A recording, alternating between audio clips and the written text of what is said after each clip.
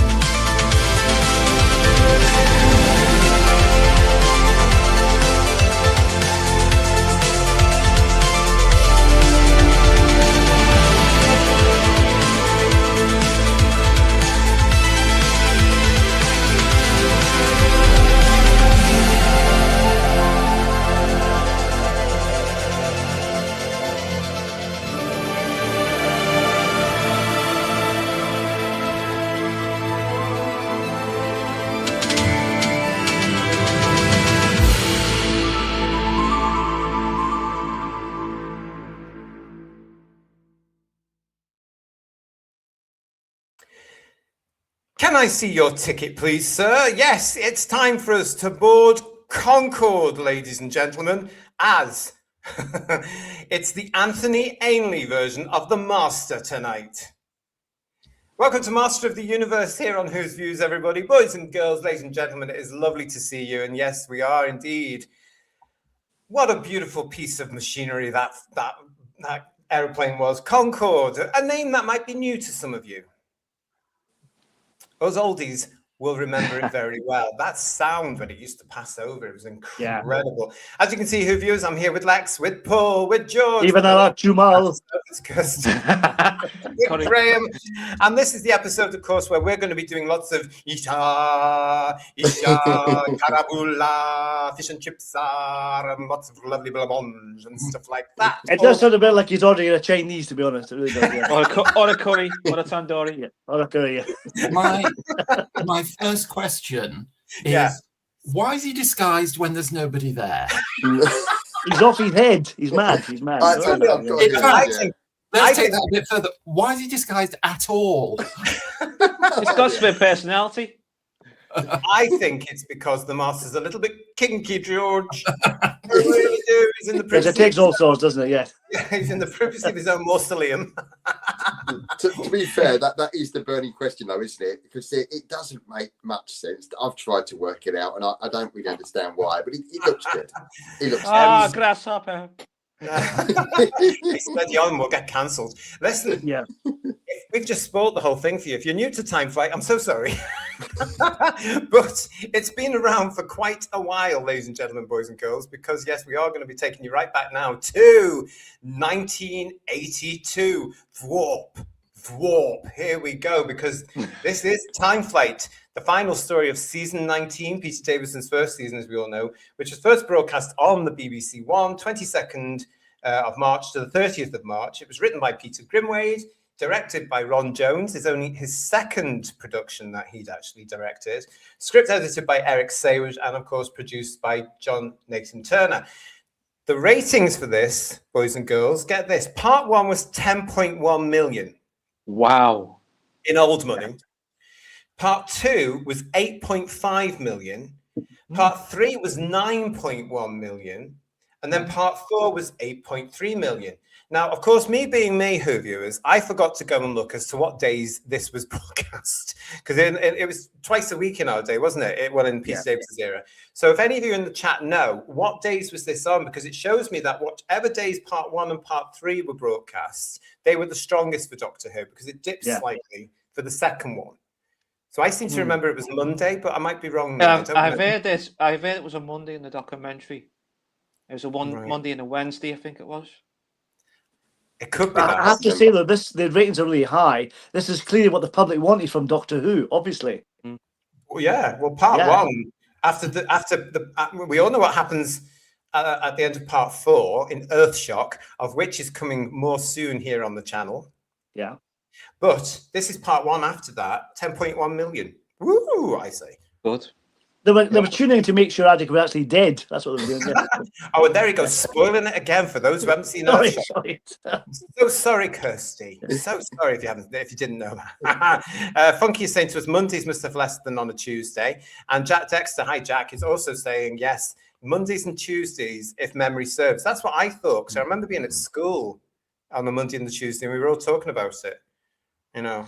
Maybe that episode was on the other side was a great episode of Crossroads, a Benny centric episode or something. Maybe that's why it was down 2 million. You never know. But Paul, did it have any plasmatons in it? That's the question, see? That is the question. Yeah, it is, Graham. Yeah.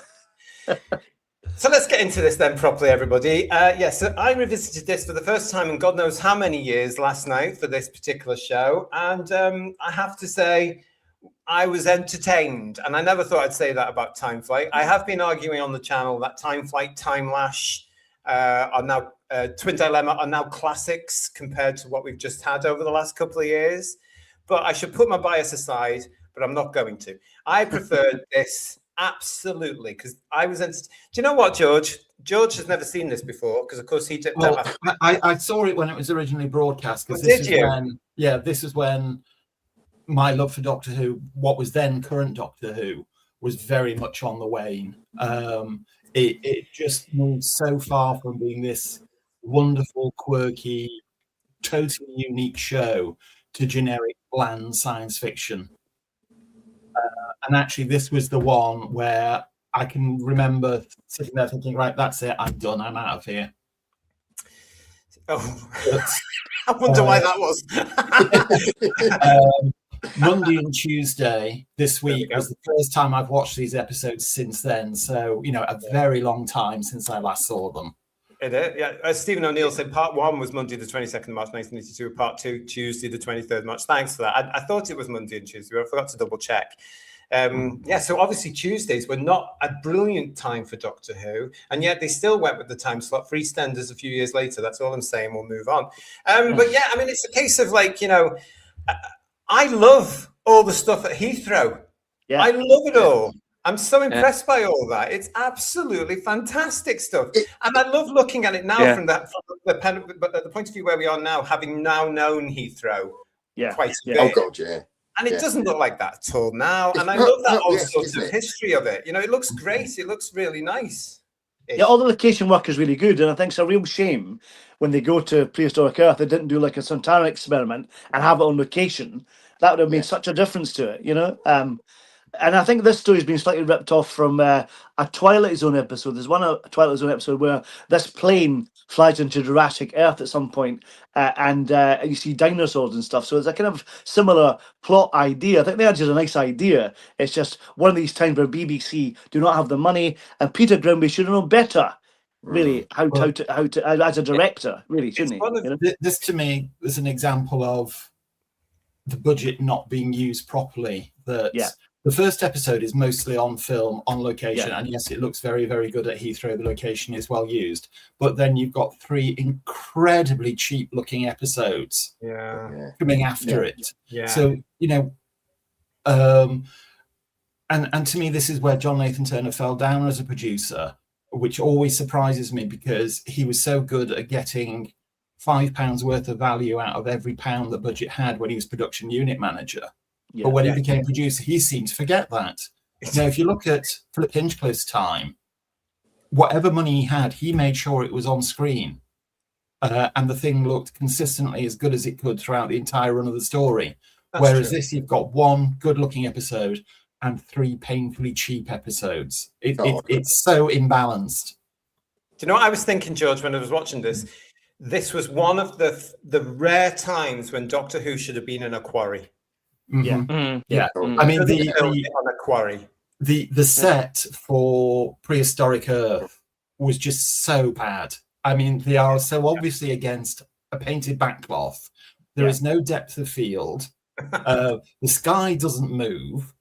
can I refer my learned friend to The Time Meddler in 1966, where they had a moving sky in the studio, Yes, you're but right. they couldn't do it for And they had this. even less money then. Yes. Yeah.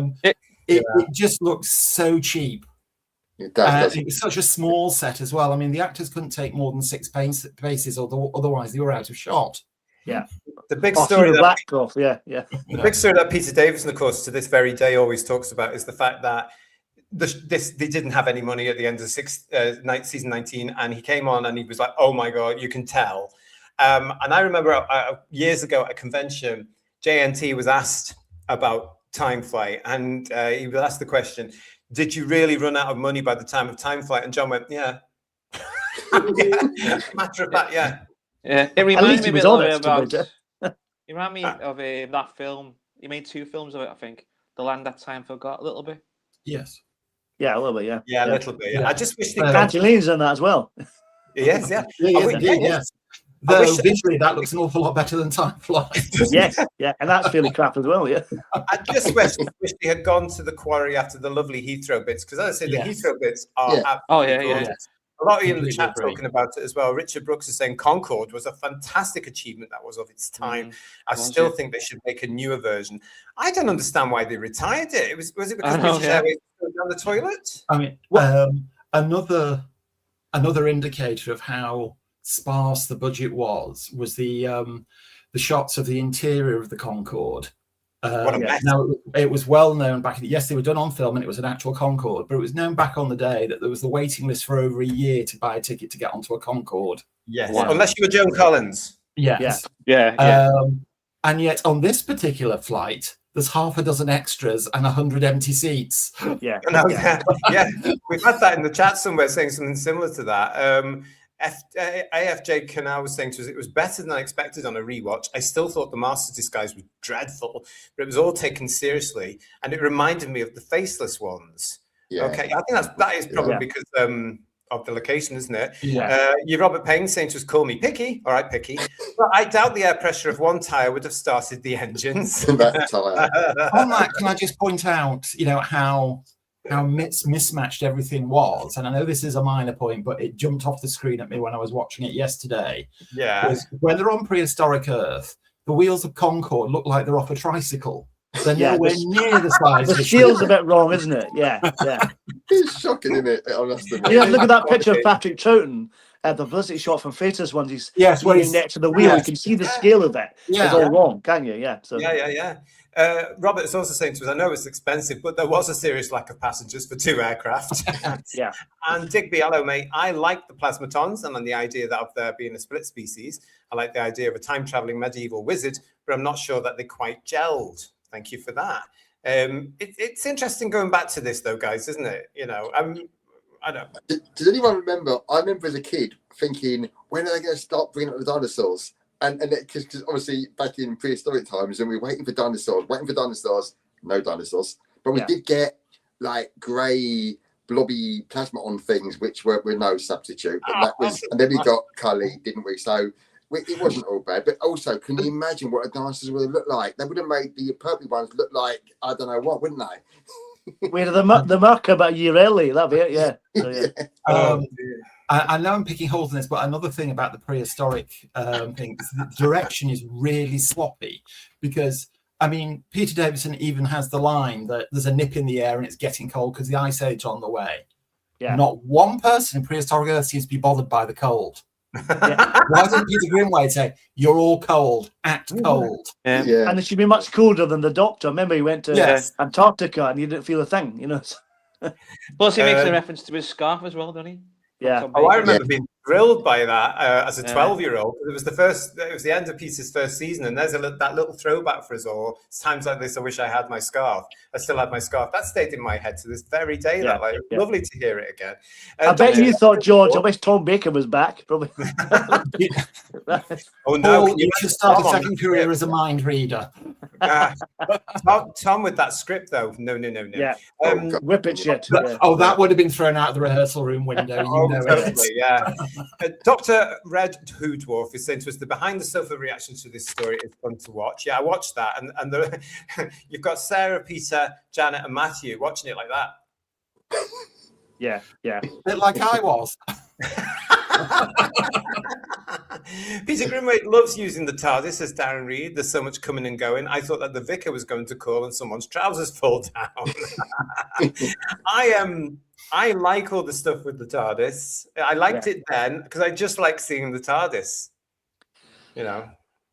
The thing about the TARDIS thing is when he turns the TARDIS is sideways and he turns everything round. I always imagine that Nissa and Tegan's room's completely ruined and broken. All the ornaments have been smashed in the corner because it doesn't go round apart from the console room. Everything's been destroyed, don't you think? Yeah. Well, yeah. And the other annoying thing is the one little continuity error. I don't know if any of you have noticed this over the years, but I noticed it in 82 and it grated on me again. It's the TARDIS interior door opens the wrong way. Yeah.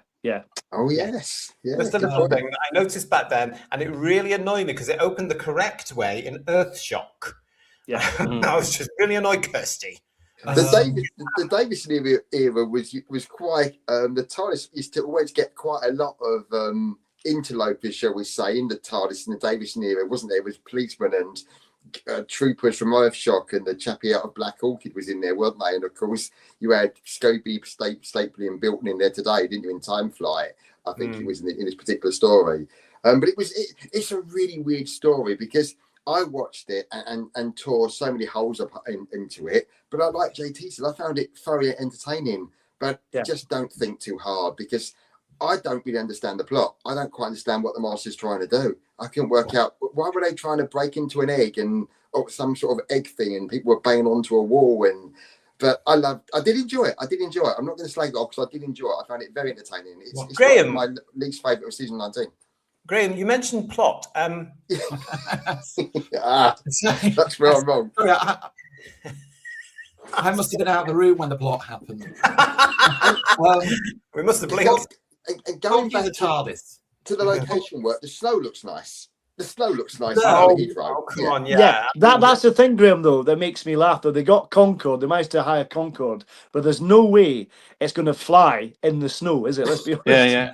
And also, the stock footage of Concorde in flight doesn't match the location footage because it's in summer months. And when we leave Jurassic Earth, you've got to see the building at the bottom, you know. The worst thing ever is the little model Concorde when it gets to the Atlantic. Oh my God, that's terrible, isn't it? And those little model Concordes, so the story goes from the conventions over the year, were provided by British Airways themselves. They used to have these travel agents used to have them on their desk. That's right. Yeah, for you, Paul, from Funky, but Patrick Troughton was shorter than Peter Davison. It's all a matter of perspective, Paul.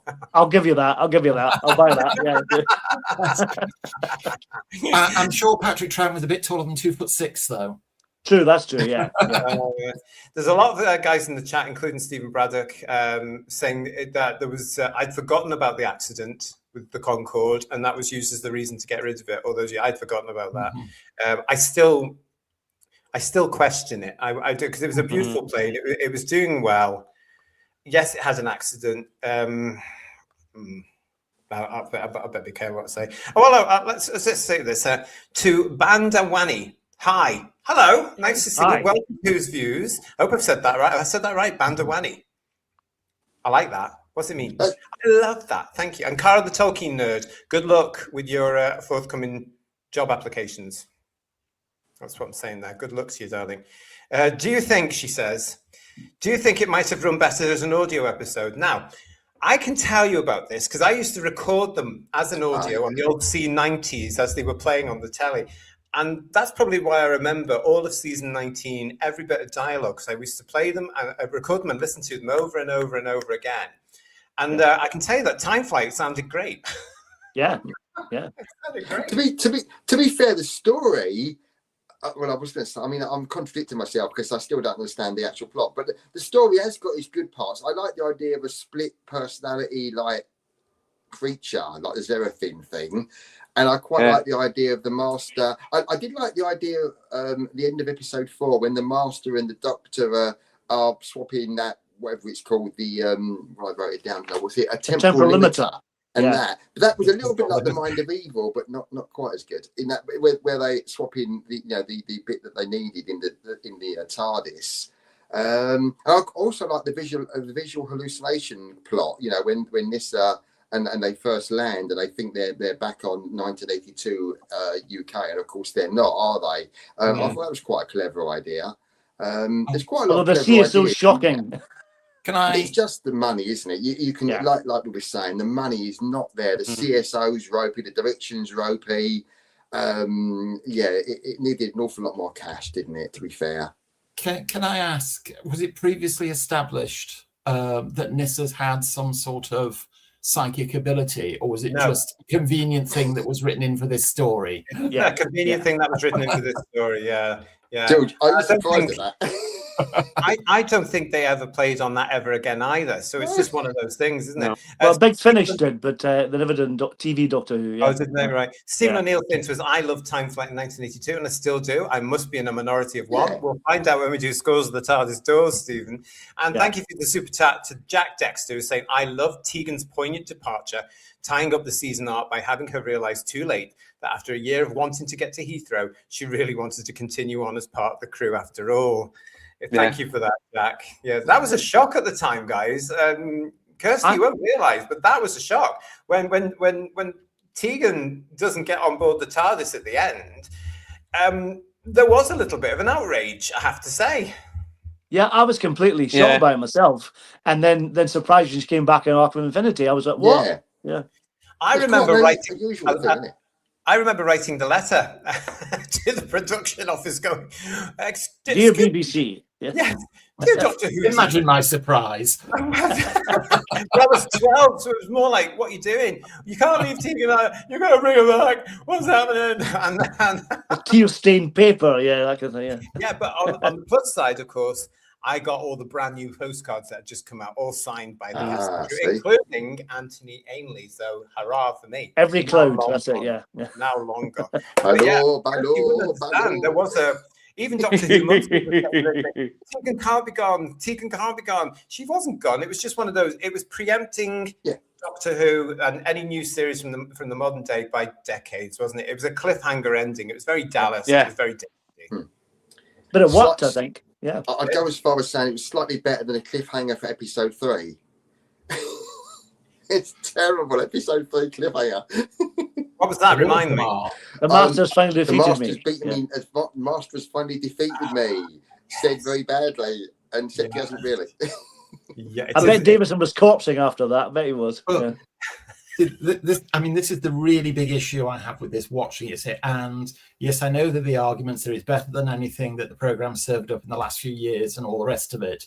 But looking at it, whether it stands or falls on its own merits, and looking at it over the last couple of days, there is no drama, there is no tension, there's no sense of jeopardy. It just stumbles along till it peters out. It's like a real slog to get through to the end credits of episode 4. Do you know what? I really like it, but I can't argue with any of that. You can't argue with it because it is like that. But okay. Darren Reed is saying, I always thought that the Master's TARDIS was knackered and he needed the Xarathan nucleus like a new power source. That's true. That's exactly what it is. Yeah. But it goes back in his typical way, especially this version of the Master, and we are celebrating the Master as part of our Master of the Universe here at the moment, here on Who's Views. But this version of the Master tends to go all the way around the houses to do something, doesn't he? And here you can see it's a very elaborate, very over-the-top plan. He never goes unnecessary plan. Yeah. He does a bit of hide and seek as well, doesn't he? He loves it. Doctor. Yeah. He loves it. Davey B, 96, good to see you. People compare Davison and Jodie, but even in the more mediocre episodes, Davison still has far more gravitas. Nobody can really be... Do they really compare Peter to her? No. Why? Because they got blonde hair? No, not that. I'm probably going to have to go into hiding after I've said this, but as an actor, Peter Davison is somebody I like an awful lot. I can name numerous performances of his that I've really engaged with, and I thought he was terrific. At Home with the Braithwaites, Very Peculiar Practice, Campion, all those spring ready to mind. But he is just so bland as the Doctor. There's no personality, there's no presence. I mean, if you look at any of his 4 predecessors, when they're on screen, and you know it. When he's on screen, he has no impact in the role whatsoever. I mean, I actually feel in this, he's actually not that bad. I quite like him in this, I have to say. I saw an interview with Peter Davison once where he said, and I'm probably not quoting word for word, but very close to, I think I was very wrong for the role. Yes, he did. He said he thought he was, I mean, that's why he didn't take it. And he's also gone on record saying the reason he took it is because he couldn't bear having been offered the part, seeing somebody else take it.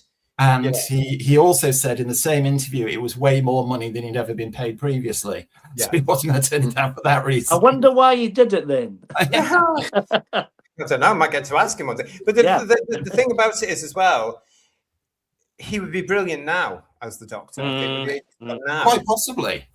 But then he was just, to me, he was just this bland non-entity. But I kind of felt that maybe that was as a direct reaction to Tom, because if you'd come across any actor trying to be larger than life, they would never compare to Tom, would they? So you couldn't really go down the road of a Tom replacement. You had to do something quite a lot different. And Peter was the more human, what's the word? Yeah, more insecure, more fallible kind of Doctor, wasn't he? Obviously more youthful as well, and a lot less presence than certainly, like you say, Tom and probably the first three. A very unusual and quite a brave take on the character, I thought, looking back. As a kid, I didn't really take much notice. A new Doctor was exciting to me because I only had very small memories of John. But he was very different to Tom, wasn't he? And I thought that was the only way to go. I don't think they should have done anything like Tom or John or Pat or William. It had to be something new, didn't it? I completely agree with you, Graham. Doing like Tom Mark II would have been a disaster. But I don't think the route that was taken was necessarily the right route. I mean, the first four are very, very different from each other, but there's this line running through all four of them, which instantly makes them the Doctor. And that to me is just not present here. I've said it often, many times before, George, but Peter was very 1980s. Yes. He's very bright and revisited. He's very indicative of the time, he's got the lightness of But that to me is indicative of the whole show, that instead of being timeless, it became very much of its time. And that's what Time Flight is as well, isn't it? This is very BBC. 1981 into 82, of course, strap the cash. Time Flight has been, obviously, since broadcast, it's been derided by fans for decades now. Kirsty, when did you first watch this? 12:20 this afternoon. Okay, so Kirsty's very new to Time Flight. Come on then, lady. Why? Oh, okay. Don't hold back. You've heard George. It's fine. I haven't even started yet. Oh, bless her. She's just going to smile and look pretty there. And she's going, no, I can't talk about it. I have not a thing through what the actual plot was. The master is disguised. The sounds of making reminded me of Matt Lucas and David Walliams used to do a TV show called Come Fly With Me. They did, yeah. The Matt Lucas would do the character with the coffee and make noise and be like, I got no. We just have the magic. He sounded like that, and that was distracting. I just thought that was the best thing ever. Tegan does my tits in so she can bolt, so I'm happy she's gone. I knew she'd go, but I clicked from Concorde. I was like, this is probably the episode that she goes. So I was like, bye, Felicia. She's any episode I've ever seen with Tegan, and she does my nutting. What else? I just make no sense. I got to the point, I think the back end of episode 3, I got a bit bored, so I started doing more of the health and safety logs I have to do for my work. So I had it on in the background. You've maybe watched some absolute I'm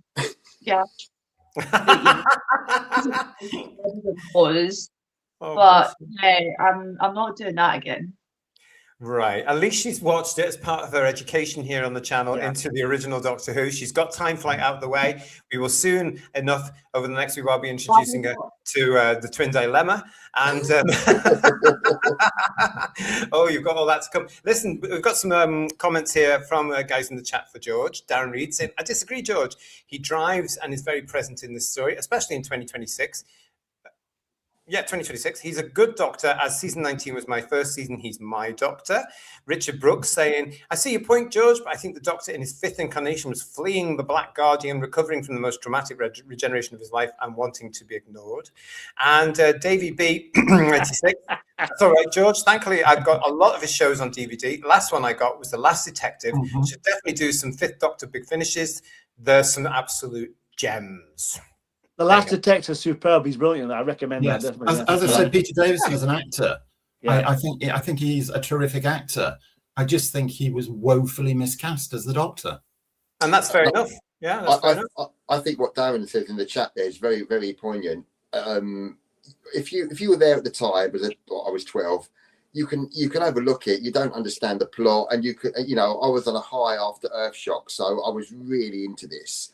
And they could probably put anything on the screen. I would have loved it. And they basically did, didn't they, really? Because it was really the Five Faces that just happened the year previously on the BBC Two repeats. There was numerous books coming out. We had the regeneration the last season. So Doctor Who for me was massive. And I loved season 19. And Earthshock was the epitome of season 19. It was such a good story, such a dramatic, ending and Return of the Cybermen and everything. So this was always going to be great. And of course, watching it again recently for the review, there are so many things you can pick holes in. There's numerous. We've got loads to talk about, I'm sure. But I can't help, like JT said, being entertained by it. I just think it's funny, usually in the wrong places, but quite an ambitious script in lots of ways. But you sometimes think, what were they thinking of when they got the script? Surely, like you were saying about Peter Grimwade, how on earth was he expecting to visualize this? How are they going to do it? I mean, aside from John Nathan Turner having the Concorde, which was a lovely publicity thing, it was all over the Doctor Who magazine, wasn't it? Doctor Who Monthly. And I think it made the press pictures of the Concorde and stuff. But that aside, you're thinking, oh my God, what were they thinking of? Let me just get into the chat, guys, because I've got a couple of chats there for you. First one, Mark Greaves, thank you for your super chat. Hi, everyone. I judge it like James Bond. You couldn't follow Sean Connery with another similar type. You go down a different path like Roger Moore. Okay, fair enough. Thank you for that, Mark. Really appreciate it. Funky is saying to us, Kirsty the Witch, the expression says everything, no words needed. You're Robert Payne. Anthony Ailey was advertising Shiraz. He definitely was drinking it, sure. Yeah. Mark here, right, saying to us, after the BBC announcing today that there will be extensive cuts throughout the network, every BBC show is going to look like Time Flight in the future. You mean they don't already? Andy is saying, Peter had great energy, but in this, he's jumping and reacting without even sound effects added to the scenes. He's probably waiting to go home. Steve Braddock saying, wow, Kirsty, that's damning praise indeed. Cara, thank you very much for your very generous super chat. Because I love you all, and it's highly likely that I may miss other YouTube broadcasts, this is just a big thank you from me. Cara, yeah, you can always catch up with us, of course. If any of your new jobs take you away from our live shows, you can catch up on playback. And of course, you can email me anytime you like at whosviews1@gmail.com. You're not going to miss us. We're going to be there around for you. So thank you for that. But don't think that, we're going to let you off that easy. Thank you for your super chat. Very good of you. AF Canal saying, time in the Rani, I dare you. Yes, okay. Okay. Well, do Dimension in Times first, okay? Just wait yes, we are. Dimensions in Time. Yeah. Let's have a look. Time Flight is very poorly directed, says Phil Shaw. There are many bland scenes and the actors seem disinterested and deliver melancholy amateur performances. I imagine Graham Harper could have improved it. Oh, that's that. Completely. I have to disagree with some of that. I actually think Nigel Stock and Peter Davison together are really good. There's some lovely scenes. Yeah. Professor Hayter and the Doctor, especially when he's trying to explain to him about time mechanics, etc. The Master's TARDIS, all that stuff. It was really, really nice, really lovely, The scene is really good. Sorry. No, go ahead. Go ahead, Lex. Yeah, the scene where he says, "Aren't we on the Iron Curtain?" Yeah. Even though he's trying to fight the hypnotism. Yeah, that's a good scene. Nigel Stock, of course, the ladies and gentlemen, boys and girls, was a huge name. Yes. Yeah. I mean, to me, Nigel Stock was by a country mile the strongest actor in this. He's lovely. And again, he's the strongest actor, but he's given more or less the least to do. Yeah. You get an actor of that caliber, that profile, and he appears in, was it 2 episodes? Yeah. Doing not much but a bit of plot exposition. And being that sort of Doctor Who character you need, who's slightly cynical. Yeah. But, look how integral and how involved Professor Rumford is in the Time Warrior compared to this. That's a good Again, comparison. it's so badly realised, and it's a shocking waste of an actor the stature of Nigel Stock. It is. Do you want to see how good Nigel? Do you know what? I've forgotten he was in this, so it was a joy to see him. I was like, "Oh my God, Stock's in this!" I mean, if you want to see how good he is, watch the surviving episodes of the 1960s BBC Sherlock Holmes series. Brilliant! Where Nigel Stock was Watson. He is phenomenal. You should watch him in Brighton Rock with Hartnell as well. And there's a completely crazy Hammer film called The Lost Continent, which he's in, and he's absolutely fantastic in that, playing actually a very similar character to this one. PTA. Hang on, Graham. I've just got to do my super chats. PTA, thank you so much for your super chat. Time Flight was a great story. I'm not sure if the effects were ever redone, but they were atrocious. It needs a re-edit with new effects. By the way, Peter was brilliant as the Doctor. Thank you for that. Gray is with us saying the first 4 Doctors are top tier. Davison is a great actor, but it isn't in the same league. That said, he really finds his stride in season 21 and is more eccentric and sarcastic in the role. And then, of course, as we all know, he buggers off and leaves us. Doctor Who 1963 saying, I think the problem was the writing. All the best writers had either stepped down or were taking a break. Holmes, Douglas Adams, Terry Nation, etc. Thank you for that. And I do have another super chat here, which is from Digby. Thank you, mate. We've got this. I think this story is weak. Perhaps it was overstuffed and under-resourced. It suffers even more coming so soon after Earthshock. Thank you for that, Digby. I know what you mean there. Graham, do you know what he means by that? Oh, yeah, definitely. I think coming after Earthshock does damage it. And like we were talking of the Twin Dilemma coming after Caves is obviously another similar situation. But going back to Professor Hayter from Darlington University, I quite like it when he comes back. He's dead, but he's not really dead. He's come back again. That was quite a novel touch, wasn't it? I'm not sure I totally understood it, but he's back, which was nice. Very much like the Watcher. Yeah, he's a bit like that. And another while we're talking of Peter, one line in this which I thought was good when he mentions about the Concorde being smaller on the inside than it is on the outside.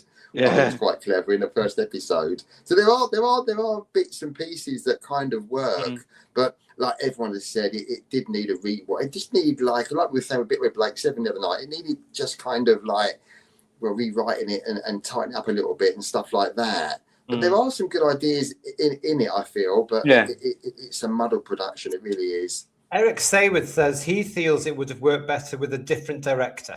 So somebody mentioned that Graham Harper. What do you think about that guy? Yeah, I don't know with that. Definitely. The direction is not great in this.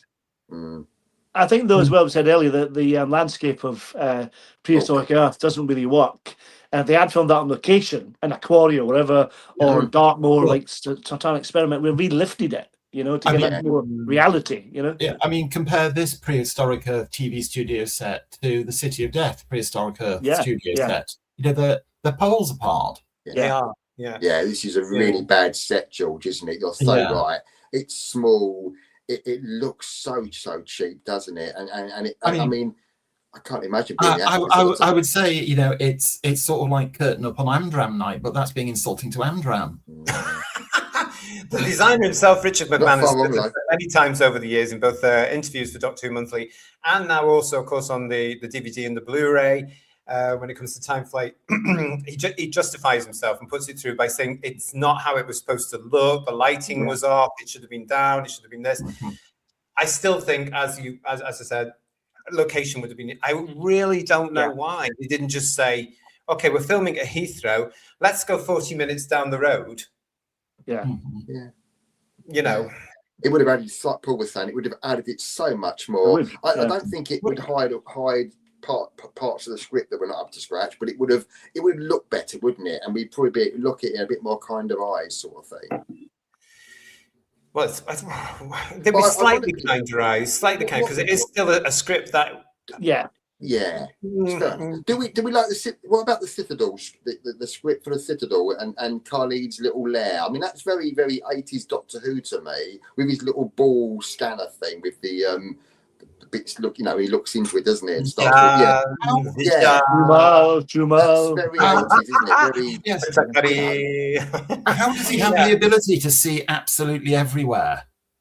Yes, absolutely everywhere. He's a genius. Because it was electronics, George. Yeah. It was part of his TARDIS. Psychotronics. Yeah. Part of his TARDIS was in there, wasn't it? So that's why you could. Now, this is what annoys me. Now, this annoyed me as a 12-year-old in 1982, and it annoyed me again last night when I watched it. You're mentioning the big mausoleum type thing, right? Who built it, for one thing, right? Secondly, why wasn't it his TARDIS? Surely he would have just made the mausoleum, his TARDIS rather, into the mausoleum. Yeah, his TARDIS, yeah. Why did you need the building? It ties in with that big question that George asked, that many of us have been asking over the years. Why did he have to have that bloody disguise? It's as though he was expecting the Doctor to turn up at some point. Yeah. I thought he was trying to lure him there anyway to get helped because he was stranded. So it made more sense if episode 1 ended a cliffhanger. It's the Master, surprise, surprise, and take all the Khalid stuff out, because when Ainley becomes the Master, I think it's really entertaining. He's very funny in it, I think. Wasn't it originally... Sorry, after you. No, go ahead, Lex, go ahead. Was it originally supposed to be not the Master and another character, and then he went, let's just have the Master? As far as I'm concerned, it was always going to be the Master. God, imagine Khalid for 4 episodes. God help us. Yeah. I don't know what you mean. As you were saying there, JT, it was if the Master expected the Doctor to find him. He also expected to be faux killed by him, to the point where he put a little squib bag of goo in his face mask, so when he dies, green snot. You can just see him getting ready to be made up. The Master's in his TARDIS, making himself up with the false teeth and everything. Just see him doing that, like Sherlock Holmes. I'm sorry, that cliffhanger of the Master reveal, which if it was done properly, would have had an impact. But the fact it looks like he's getting changed into his PJs as he's delivering his lines. He's got a new beard as well. He has got a new beard. Yeah. I noticed that back in 82 too. But you know what? This is Anthony Ainley in his element. He's loving this. I have to say, and again, this is probably where I run the risk of a public stoning. One of the more entertaining elements in this, or one of the very few entertaining elements in this, was Anthony Ainley as Carly, because he put some physicality into it. He made it. He gave it not a sense of realism, but a sense of melodrama. Yeah. But when he steps out of that disguise and becomes the Master, he just becomes a pantomime villain. I love him in this. Entertaining.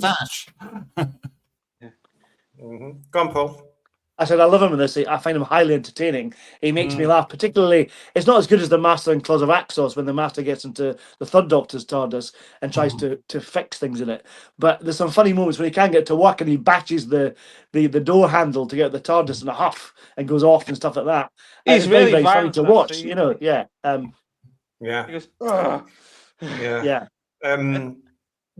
got Digby Strobridge saying in the chat, it would have been far better if the Master wasn't in the story and have Khalid as another time traveller. Digby also asking, was OB recording more expensive? And then Avon pointing out to us, George, that if the BBC go on film in a location, they have to provide catering for the actors. That probably would have more expensive. I suppose so. I mean, I completely get that, the budget, as always with Doctor Who, was stretched. My point is, it was so unevenly distributed across the story. Yeah. Whereas you would have had the likes of Barry Letts or Philip Hinchcliffe going, or Graham Williams going, how can we make this look as good as it can be across the entire length of it? Rather than just, right, oh dear, we've blown all the money in the location filming. Okay, designer chappie, you've got £17.50 to realise prehistoric Earth. Off you go. As much as that. I was going to say. I reckon they blew it all on the forklift truck for the TARDIS.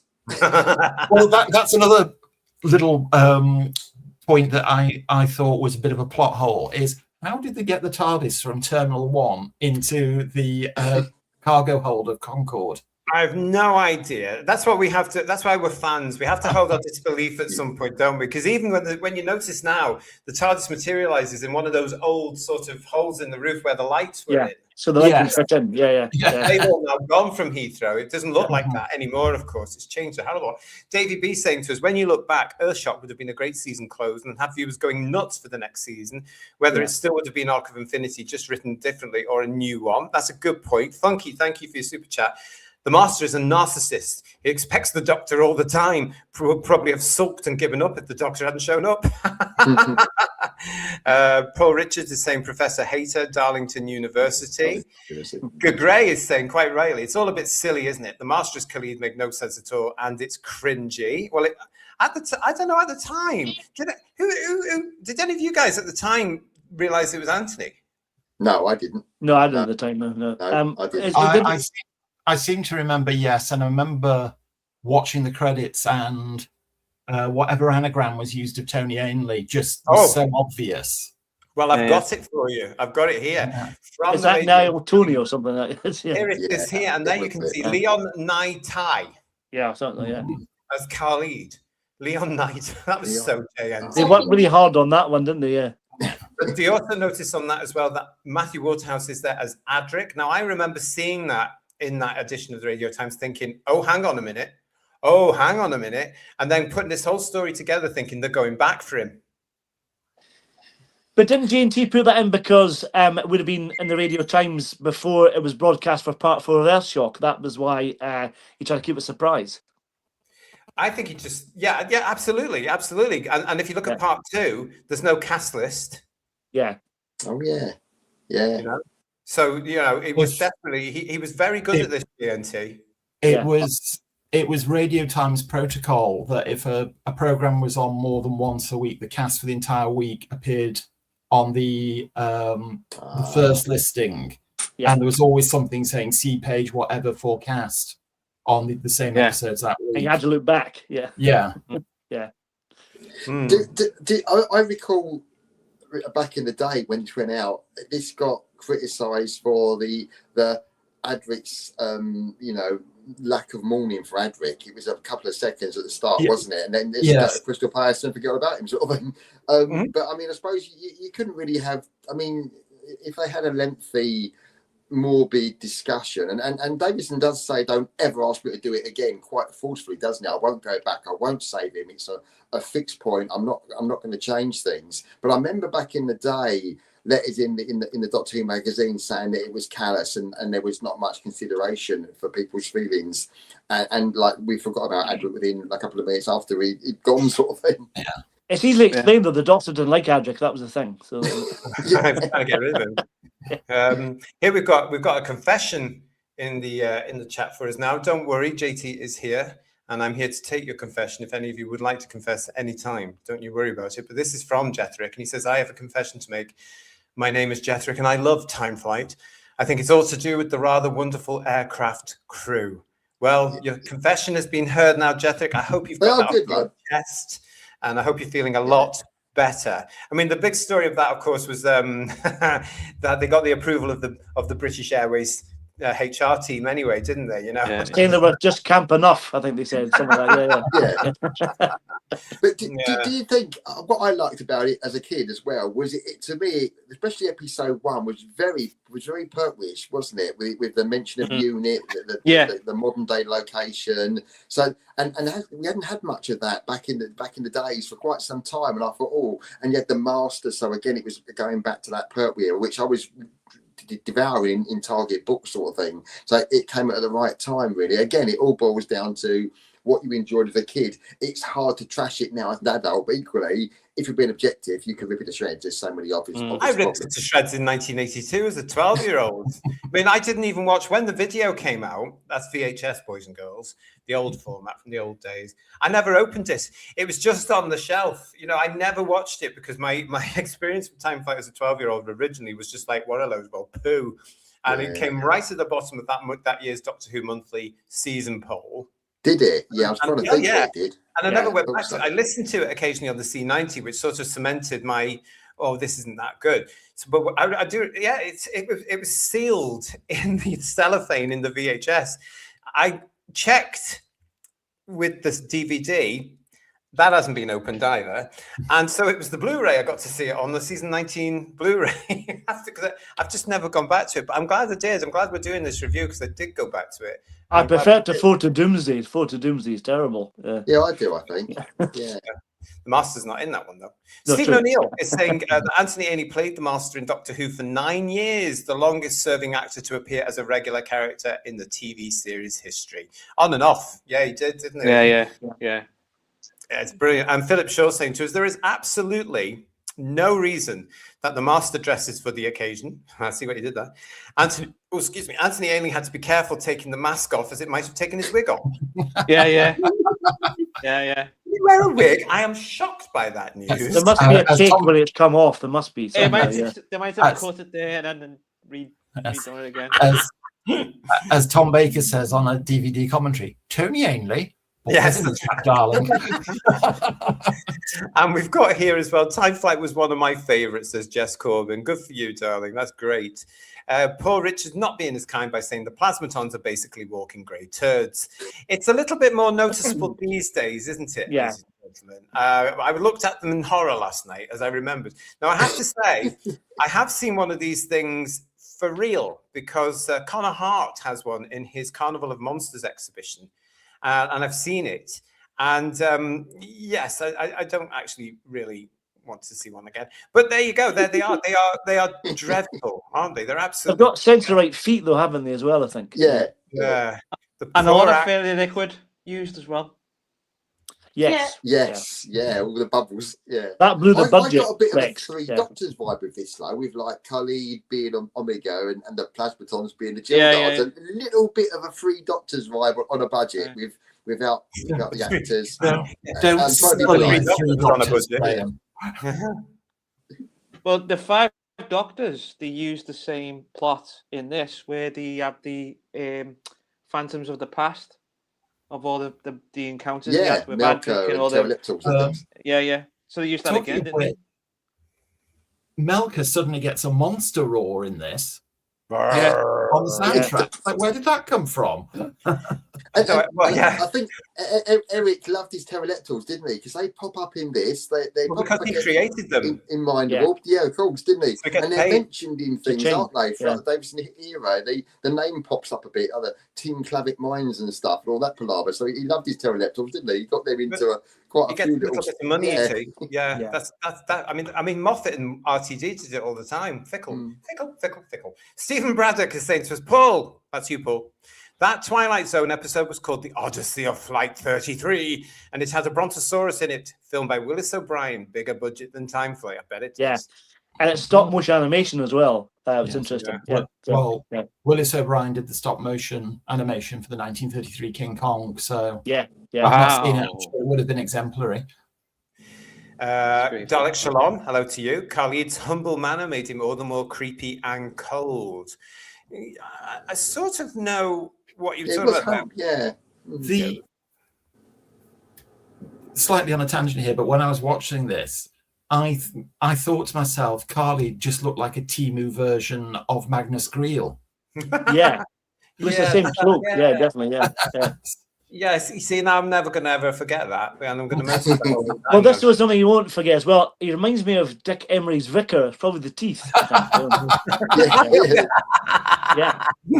Dalek Shalom also saying to us, I enjoyed this way more than watching it as an isolated story rather than part of a series. I think that's why I entertained it. But then again, the other reason with me is I don't get entertained enough these days on television, so this was a joy. And Andy 4X91 is saying, so what exactly did the professor change into? Is he still haunting the TARDIS? Well, apparently, allegedly, Sutek's been there for 40-odd years, so why not?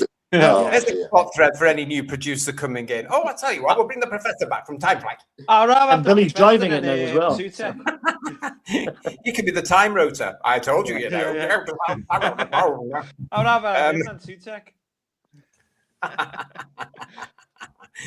And Jess Corbin saying about the plasmatons. I think it's going to take a lot of cream to cure all of that acne.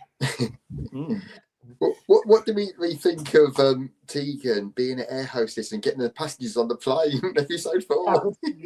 She wouldn't lasted 5 minutes if she went for the job. I'm sure. Dear. Yeah. It was funny, but oh dear. I don't know what to say about this. I mean, she's in her element here. She's back at Heathrow. It's where she's wanted to be all series long. Let's face it. Season 19 was a whole arc about Tegan moaning and wanting to get back to Heathrow.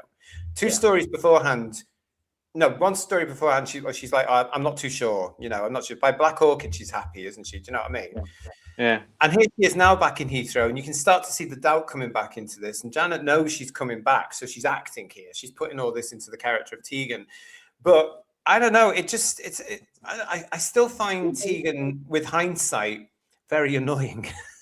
Yeah. It's the worst companion I've ever seen. Is she really cursed? Oh yeah, I can't stand it. Right. Why's that? Tell us. God, spill the beans, love. Get it off your chest. So, you know how sometimes in certain work situations that you just wouldn't say anything to someone, but they'll just irk your soul. Does that make sense? Mm-hmm. Into a room and you just go, Tegan's one of those. If I met Tegan, I would have to. Yeah. I've never warmed her. Warmed her. I just think she was just.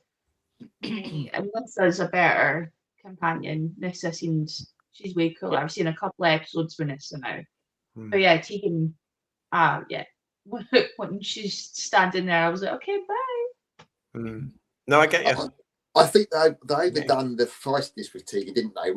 Her character didn't. She was always moaning and aggressive. They kind of pushed that on especially in season 19. She is very grumpy, very bad-tempered, confrontational, and the Fifth Doctor often he's not saying he's scared of her, but he backs down towards her sometimes, doesn't he? And he takes her aggression and stuff like that. And it didn't really. The mouth on legs thing became almost like a stereotype, didn't it? And I thought with Adric and with Nissa, she overtook the TARDIS, didn't she? She was by far the strongest personality, and it was a crowded TARDIS, and it didn't particularly work. If you compare it to the Hartnell cruise, I didn't think it was a different kind of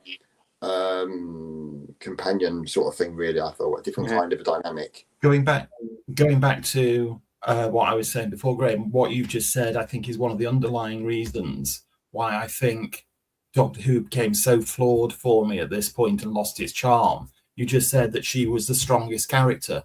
She shouldn't have been. The Doctor should have been the strongest character. Yeah. In every single episode, the central point, you can have a rubbish script, a rubbish director, rubbish effects, rubbish monsters, rubbish location work.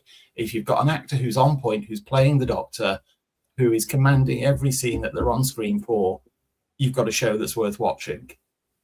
But when you've got a second lead who is eclipsing the first lead, there's something seriously wrong. Yeah, and she was written in quite a. I mean, even as a boy, I got a bit annoyed and a bit like, why is she so bullshit all the time? Just soften her a little bit and make her a bit more.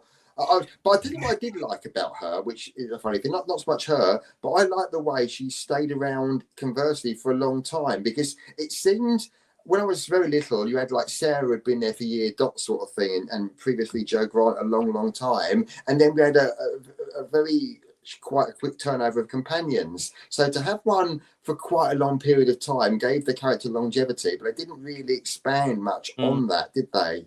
But it made her a little bit more part of the. I mean, she was there nearly for the entire Davison era, wasn't she? And of course, in Tom's last one, about two of Davison. It's because she develops this loyalty towards the Doctor.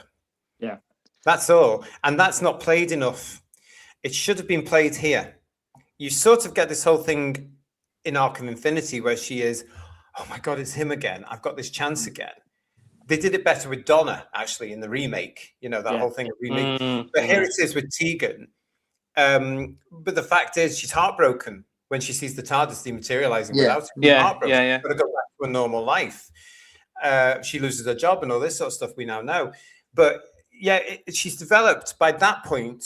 She knows. I mean, there's that beautiful scene where she's in the airport, in the terminal, and Janet just turns to her right, doesn't she? And she looks into the sky as if she's saying, "What am I doing here? I'm missing out on the opportunity of a lifetime." So she rushes back just to see the TARDIS go. I quite like that scene. I think that's really good. I think that's probably what affected me and many other kids at the time by going, "No, what's he done?" Whereas Peter's Doctor is like, "Yes, I've got rid of her." You know, it's really. Where's Tegan? Never mind. Let's go. And you go, Nissa, we're off somewhere else. Paul Ashworth, then why does everyone hate Tegan? I loved her, and that's nice to know. It's nice to know.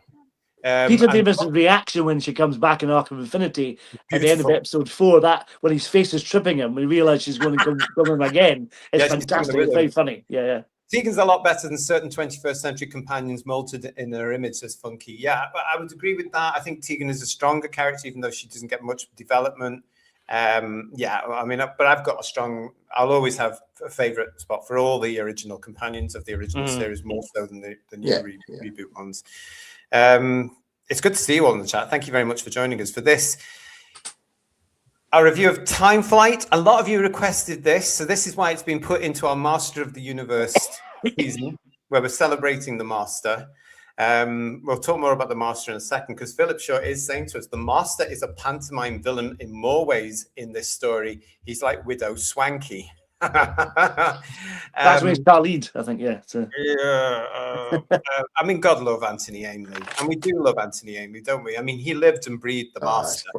Look at him there. I'm in that magazine. I mean, he absolutely lived for this role, and he loved every minute of it. And he loved being around the fans and talking, about the Master and just being the Master. And but there are huge differences here, even in between. I mean, we've looked at The Mind of Evil, we've looked at the TV movie. Time Flight doesn't do the Master justice for me. No. It's really funny. You said this on the kind of overview of the Master, and at this point in fandom for me, I'd only ever seen the Sea Devils in bits and pieces from the 70s and the various repeats of the Sea Devils, so I wasn't really aware of the Master as strongly as I am now, and I was only getting to know Rod Delgado from the occasional video that came through, and so this was my Master, like you said on the overview, because I love the Master as a character, and Anthony became my Master in the same way Tom became my Doctor, really effectively. Although I prefer Delgado to Ainley, but I love him in this. He just makes me laugh. He's hilarious. He really is. Mm-hmm. It's the way he sneaks as well. Sneaks around. When he walks like this, sneaking around like no one can see me. And poor old Anthony, he had to connect that bloody thing to that trip thing several million times, that oblong thing, whatever that was. It's the same thing in the same place, and he had to do it 4 or 5 times to show that the thing was a shape. Poor old Anthony. I mean, there's a great outtake on the studio footage though when he breaks it. Have you seen that? It's quite funny. Yeah, I've seen that one as well. I suppose when you think about it, he had a very tough task, Anthony, didn't he, to do this? I think it would have been, because he has to be, obviously he's got to do the script that's written down, and he knows he's going to get compared to Roger, which is going to be awfully hard. And I suppose, obviously, back in those days, we didn't have videos. We, like Paul was saying, we only had maybe distant memories of Roger in our mind. But I think anybody, I mean, I was a bit too young, but anybody who's seen Roger would have looked at Anthony and said, "No, Roger's the better one." So it would have been very, very hard for Anthony. But like Paul was saying, he's my Master growing up, and I love the character, and he enjoyed seeing him pop up every now and then. It may be that, you never knew what the disguises were a bit odd, like the Scarecrow, the latest story wasn't there, and of course. The French Knight. All weird and wonderful things, but they all gave a certain kind of charm to the character, and I remember I enjoyed looking out for it back in the day, looking out for him, and not usually spoiling him at all. The TARDIS scene's pretty good. Sorry. I love everything. I love the TARDIS scenes, and I love the Heathrow scenes. It's just the other bits that sort of get on my nerves. We've got Stephen O'Neill saying to us, the Doctor mentions unit. He name drops Brigadier Lethbridge Stewart and wonders if he's a general by now. I mean, a couple of you have mentioned this in the chat. That was a lovely little. That was the first time I think unit's been mentioned in years. Another couple of plot conveniences though. is the Doctor mentions unit, and all of a sudden, all the personnel at Heathrow Airport are well aware of what unit is and instantly give them a free pass. Yes. Yeah, it's that thing again, isn't it? So somebody, I mean, it's that thing where unit is becoming probably what it became in the new series. Well, I'm gonna offer this to my learned friend. Remember that sign in the Three Doctors advertising unit? You know, it's their own secret organisation. And another one that I thought was inconsistent was the Concorde captain could instantly get his head round travelling through time, ending up in the prehistoric age, all the other bits and pieces, but the moment he walked into the TARDIS, he couldn't accept it. Yeah. I don't know what to say. I don't know what to say. I love Captain Stappy. I like his performance. Oh yeah. It's quite fun. A small thing that I picked up on the rewatch yesterday, or not yesterday, last week when I watched actually, was Peter Davison references Vash, doesn't he, Adric's brother? And so that's a little callback to Full Circle, which I thought that's quite a nice bit of continuity. Yeah. He died like his brother did and stuff like that. Which is, you know, a little callback to the season 18. I was watching this in the 1990s, says Andy. Tegan was the first companion I really disliked. And then I'm really sad to hear from Bill Lowry, who's saying to us here, I met her at Dimensions on Tyne, I think that would have been. That's JF. She complained that I went to her twice over the weekend, as you've been to plenty of these things, you know how they run. It was my first convention. Well, that's not nice, Bill. I mean, you know, you must have caught her on an off day. I don't know. You can't say that to your fans at all. I mean, what were they doing? I mean, you know, we used to go up to them all the time. That's how you got to know them back in my day. So I'm not very excited of that. Mudcrab is with us. Hello to you. In hindsight, they should have played up on the Bogan side of Tegan, have her room be filled with empty beer cans and rum bottles. This was the thing, though, that one of the mistakes, or one of the things that John Nathan Turner, towards the end of his days, said he regretted, that he always wanted companions that would argue with the Doctor, because he does it again with Perry, because he thought that added drama to the episodes. It's and he just was annoying. wrong. Yeah. But he realised before he died he had been wrong about that, Paul. And it was quite sad to hear him say, I got those characters wrong. I mean, he tried to rectify it with Mel and then with Ace. Too late by then, isn't it? Because you've had two on top of it, which was just, they could come across as complete bitches, to be quite honest. I'd go as far as saying, JT, that probably to the detriment of Nyssa as well. You know what I mean? I think that Tegan overshadowed it so much that poor Sarah didn't really get much of a character, did she? It was just kind of bland exposition. Yeah, Nyssa was wasted. Nyssa totally wasted. If you think about it, Nyssa I would be too if I was in that program as well, Paul. Hoping you would have been. Yeah. It is sad about Nyssa because she is totally wasted. Because if you think about it, she should be up there with Liz Shaw and Romana. Yeah. Because she's a scientist, an alien scientist. It never comes across really. You know, Sarah does her best with the odd bit of gadgets where she'll look at it. Even in this episode, she'll look at something and she'll fix something or she'll play with something to say that Nyssa knows what she's doing. But she's not written as a scientist, and she should have been, because she is. That was forgotten after Logopolis. It's such a shame. She's great in Arkham Infinity. She gets a time to shine in that because Tegan's not there. That's good point. That she's doing Arkham Infinity. Davison didn't need psychic paper. He just flexed his unit connection. Says funky. And John the Computer Doctor saying that Anthony Ainley's dedication to the role is remarkable. He is, because he always called himself the master, no matter where he was. RG Model Builds and Films is good to see it. Although Ainley was often over the top, I found his master unhinged and creepy, and I loved his performance. It's like what you were saying, though, Paul. A lot of us were growing up with this version of the master as our first version of them. I mean, we've talked about the Peter Pratt version last week, which scared the hell out of all of us. And now we've got this guy, and he's our master, actually. You know, because we've had, I know we had Peter and we had Jeff, but we've got Anthony now, and he was the master we got into. You know, I mean, what can you say? There is a fondness for Anthony from a certain generation. I mean, I like him in Logopolis. You know, he's superb in that. It's like that scene when he's in the Doctor's TARDIS and the Concorde crew are there, the two leads, and he goes, "Au revoir, gentlemen." He walks away. Au revoir. There's some nice little touches that Anthony obviously puts into this, like the way he hits the TARDIS door control. That's him. That's him acting. That's him feeling the character. That's him going bang. You know, he doesn't like the Doctor's TARDIS. He gets it. Stephen O'Neill, I thought Anthony Ainley was brilliant as the master, and Jess Corbin saying to us, Ainley was definitely one of the best masters. Yeah, I would take, even today, I would take Ainley over anything that's to come later on. Yeah. Yep. As you'll probably see in our review next week. Okay, so let's talk now about, we've mentioned them, but let's talk about, George, you were mentioning how the captain basically contradicts himself with his attitude towards everything going on. In the making of, that beautiful making of on the Blu-ray, Sarah Sutton says that her father was a pilot. He was a captain, wasn't he?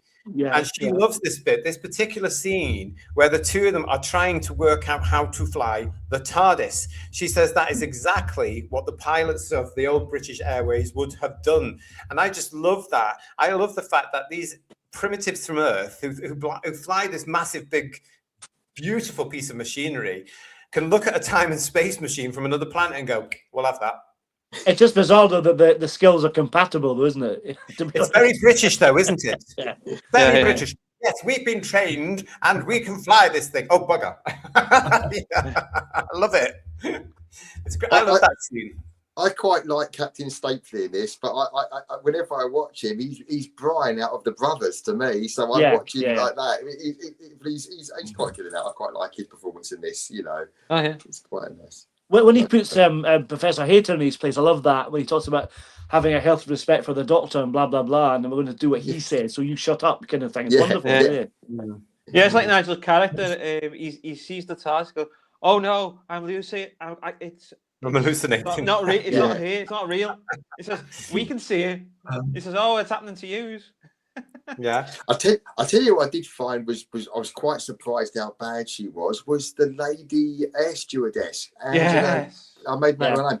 Angela. We're here for New York stopover. Oh my! That was not. I mean, good lord, what are they thinking of there? That's getting on a par with the lady out of Planet of the Spiders, isn't it? It was not great, was it? Oh dear.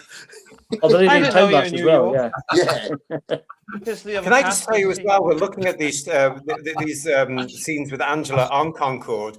Ooh, nasty decor. Yeah. I mean, this thing cost a fortune to get a ticket to. It's bloody brown. Margaret Thatcher would have loved the cravat she's wearing, though. I'd have to say it. Well, that was the uniform for BA at the time. Yeah. Look at that. Yeah. Can I just remind everybody? This was blatant advertising on the BBC. Yeah. Yeah. That's where they got it for free, obviously. How did John get this then? Did John approach the BB? Did John approach BA and say, "Can I borrow a Concorde?" Yes. Yeah. Basically, he just wrote to them. He wrote to them in John's way because he was quite hard-faced like that. He phoned them up. He would contact them and said, "Hi, I'm the producer of Doctor Who. We'd like to come and film with Concorde, please." And of course, back in those days, people went, "Doctor Who? Yeah, that's brilliant." And of course, they had a rule at the time that had come in saying that nobody should be able to film at Heathrow or near the planes and all this. And Doctor Who just blew that out the water because they not only got to film in the terminal, which you weren't supposed to do, but they got to film outside Concorde on the terminal and on the tarmac and in the thing. I mean, John was very good at that. That was one of his strengths. He was very, very good at negotiating and marketing, and of course the rumor is true, as Janet Fielding has always said. Both he and Peter Grimway thought they were going to get free flights on Concorde. Do you not think, though, if it hadn't been snowing, they've never got access to it? Because obviously they can't fly the plane, so they got more access because of the weather, I'd imagine. Yeah. You know? I think it was all sorted on that particular day. It would have all been booked and to say, right, we're going in, because they would have had to have what security they had at the time. It just happened to snow the night before. But I love those snow scenes. I think it looks beautiful. Oh, yeah. It makes it organic, doesn't it? Does it make any sense, though? It doesn't make any sense, but gorgeous. But it looks nice.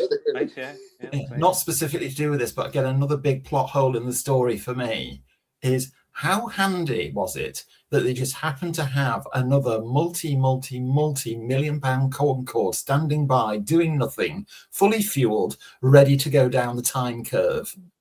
Very handy. I don't understand all this. I'm going to ask you, Who viewers and the panel, explain this to me, because this has been. I've never understood this since I was 12. And bearing in mind, this is the only Target book I never bothered with, because I thought that's crap. So it's on the shelf and I've never read it. So if the Concorde, the original Concorde there was left, where is it? So I'm assuming that through time and the Ice Age and everything like this, it would have been disintegrated. Is that right to say? Yeah. Because they couldn't dig it up. Or they found it when they were laying the tarmac for Heathrow Airport and thought, what the hell is this? Yeah. It'll be part fossilized as well. Yeah. Yeah. You think they would at least find that tricycle tire? Yeah. I just get things like this. I mean, it's one of these things that if you're going to do something like this, think about it and flesh it out, because people like me will question things. This script really needed a Terrence Dicks with his red pencil to go through it. George is right. It'd be cancelled if you did that, George, to be honest. You know, there are some good ideas here, but this needs a lot of work. Take it away and bring it back. It really does. Try harder. Yeah. If you start trying to think, I was giving this some thought earlier, and I thought you can't take this seriously. Just go with the flow, because it like Kirsty was saying, it ain't got a very strong plot, or if any plot really, and you just have to enjoy the fun and games you get before end of episode 4. But it's not, you can't overthink it, can you? It's not the most complex. You can't, and you absolutely you can't. You have to hold your disbelief a little bit, isn't it? But as fans, I think it's fun to say that, ask those little questions, to say, all right, where's the original Concorde? Because they do actually say all you have to do is go and dig it up. I don't think so somehow. I have a question about Michael Cashman, however. There's a bit where Michael Cashman, Captain Staffley trying to bring him round to remember that things to bring him back to reality. And he says, remember Tegan? And he goes, Tegan! That's so convincing. Really is. Yeah. Yeah, it's like the Mike Yates moment in Mind of Evil. It's just quite a dolly kind of moment, it's not very convincing. Yeah. I'm not sure it's a plot hole, says Deco 24. An airport usually has abundant planes to use. Well, they used to. Yeah, but aren't the planes lined up to be on the runway, depart at certain times, be at other airports at certain times, just to have one knocking around? At the time, the world's greatest aircraft. Oh yeah, we've got a spare over there. Yeah, beautiful. It was nice to see it on this again at Time Flight. It's filmed beautifully, and there's Concorde. And she was iconic for all of us, wasn't she? She was. I mean, I always associated as a little boy Concorde, and I remember seeing it once, and that blooming sound, that weird noise. And it was weird. It was. I can't describe it. It was not like a plane. Yeah, it broke the sound barrier. Yeah, it's noise, wasn't it? But it was the height of glamour, because I always associated it with Joan Collins, of course, because she loved it, that sort of stuff. And I thought if Joan Collins is on it, it has to be glamorous. And then I see it's brown seats. No, not really. But, come on. Dalek Shalom is saying the only plane I've ever seen I describe as beautiful, and it had a feminine aura about it. Yeah, that's true. That's true. Yeah, that's true, Dalek Shalom. I know what you mean. And Mark A. Wright is saying there is a line in the book saying that the Concorde left in the Jurassic period will confound archaeologists for years. Yeah, it is. Yes, I bet. And George is getting lots of cryy smiley faces there from Richard. There you go. He said something funny. I don't know what that was though. Well, I remember back in the day, my parents, we lived just about 4 or 5 miles from Heathrow. Yeah. And we drive past with my dad and see the Concorde in the parked up and stuff, and recognise where some of the publicity shots were taken. And again, that brought a sense of excitement to me, like, oh, that's Doctor Who, was filmed there, and it was really exciting and everything. Every time I heard about Concorde, though, from there on in, I thought of Time Flight. I thought of the Doctor. It was great. Yeah. Funky, now, this is where we are proper fans here. Everybody, Funky is saying, is the missing Concorde a bootstrap paradox that led to the creation of Concorde? Digby is saying you could have a wonderful plot twist with engineers in the 1920s or the 1930s uncovering a fossilized Concorde and developing jet technology from that. Chris Kaz is saying maybe someone dug it up and invented Concorde, probably the master. Those are much better plots, yeah. Mudcrab saying the original Concorde was clearly found and secretly reverse engineered to design the original Concorde. I'm getting a headache now, everybody. This story is like a Pertwee story, but without the money, says Stephen O'Neill. Yeah, it is. And Gagray would say, Moffat would say Concorde was preserved in ice from the prehistoric age, dug up and used as a design for the first ever Concorde. That's timey, bloody, whiny. I'm so glad all that crap has now come to an end. Richard Brooks is saying Concorde was a beautiful plane. Oh, yeah. And Philip Shaw saying, unlike a lot of earlier stories, looking at it now, it is terribly dated. I suppose you can class it as a period piece. The fact is, they made no, it's set in 1982. You know it's set in 1982. And that makes it, actually, in Doctor Who terms, part of the time travel story. It fits, it works. It's not doing anything else apart from the only thing that dates it is the look of Heathrow, the look of Concorde, the fact Concorde's in it. It's not as if you've got somebody from Coronation Street turning up in character. You know, like they do today, or like they have just done today. Because Nissa says, doesn't she? At least the TARDIS will blend into its surroundings. And Tegan says that went out with flower power, doesn't she? City of Death was set in 1979, but that's timeless. It is. Because there's nothing iconic from 1979 in it. Like with the reboot, of course, they are dated now because you've got clips of television shows. You've got the Blue Peter of the time, Wonders of the time, the news of the time, all that sort of stuff in it. This is the TARDIS happens to arrive in 1982, much to Tegan's joy, in a sense, because it's got a home, albeit a year late, which is why she probably got the sack. Where the hell have you been? Darren Reed is saying to us, I think Michael Cashman took the delusion he learnt from this part into his later stance on the TQ cult issues. Yes, you're right. Yeah, I don't want to talk about that, though, because Cashman and I fell out a few years ago via the social media, and I've since been blocked. Jack Dexter is saying to us, Concorde would have disintegrated, although allegedly they did find an extraterrestrial ship on an archaeological dip some decades ago. Did they really? Matt Enspiel, hope you're feeling well, mate. Hope you're getting better today. I miss seeing Concorde cutting across the sky. People would often stop and stare at her beauty and uniqueness. Yeah, I mean, everybody. I remember that day we saw her, and it was so that the whole country stopped. It was just our little area, really, because everybody went, "Oh, Concorde!" It was a magical moment that I treasure because it's never happened since. Yeah, Concorde reminds me when I was a kid. I remember it reminded me of a falcon. Oh, the shape of it. Yeah, the shape of it, like it's got a bird's nose. Yeah. Philip Shaw said it is mentioned. It's buried rotting in a nearby field. Oh right. Okay. Yeah. I was going to say, going back to the location work in this, it's interesting. I really feel sorry for the actors because it looks bloody freezing. You know, especially it was on top of the roof of the terminal building as well. That's really cool. Oh yeah, and then it looks so cold. You know, this picture that we're showing now. Yeah, this picture, Lex, that we're showing now is now famous. This actually a variant of this appeared on Doctor Who Monthly, and ever since that, I've always been saying, "Who the hell is that up the back there?" I was going to say, is this the first ever example of photobombing? It's the master. That's the master in yellow wellies. I mean, they could have asked him to move on before they took the pictures. Obviously, they didn't do that in those days. But I've always wondered. Now, if you know who that is, probably JMT. Yeah. No, he had a sheepskin coat on that day, didn't he? Because it was pretty cold. But I mean, I don't know. I mean, it does look absolutely fantastic. You know, the way that the plane just glistened in that snow, and when you see it, it's absolutely. It was also amazing, of course, to see Peter, Janet, and Sarah revisit it for the making of documentary. On the Blu-ray, which was absolutely magical. And what a lovely little documentary that was. It actually tried to do, and I think it achieved, to make time flight very, very interesting sounding. And it was great to hear their recollections of it, and even Peter's mellowed with it after the DVD commentary.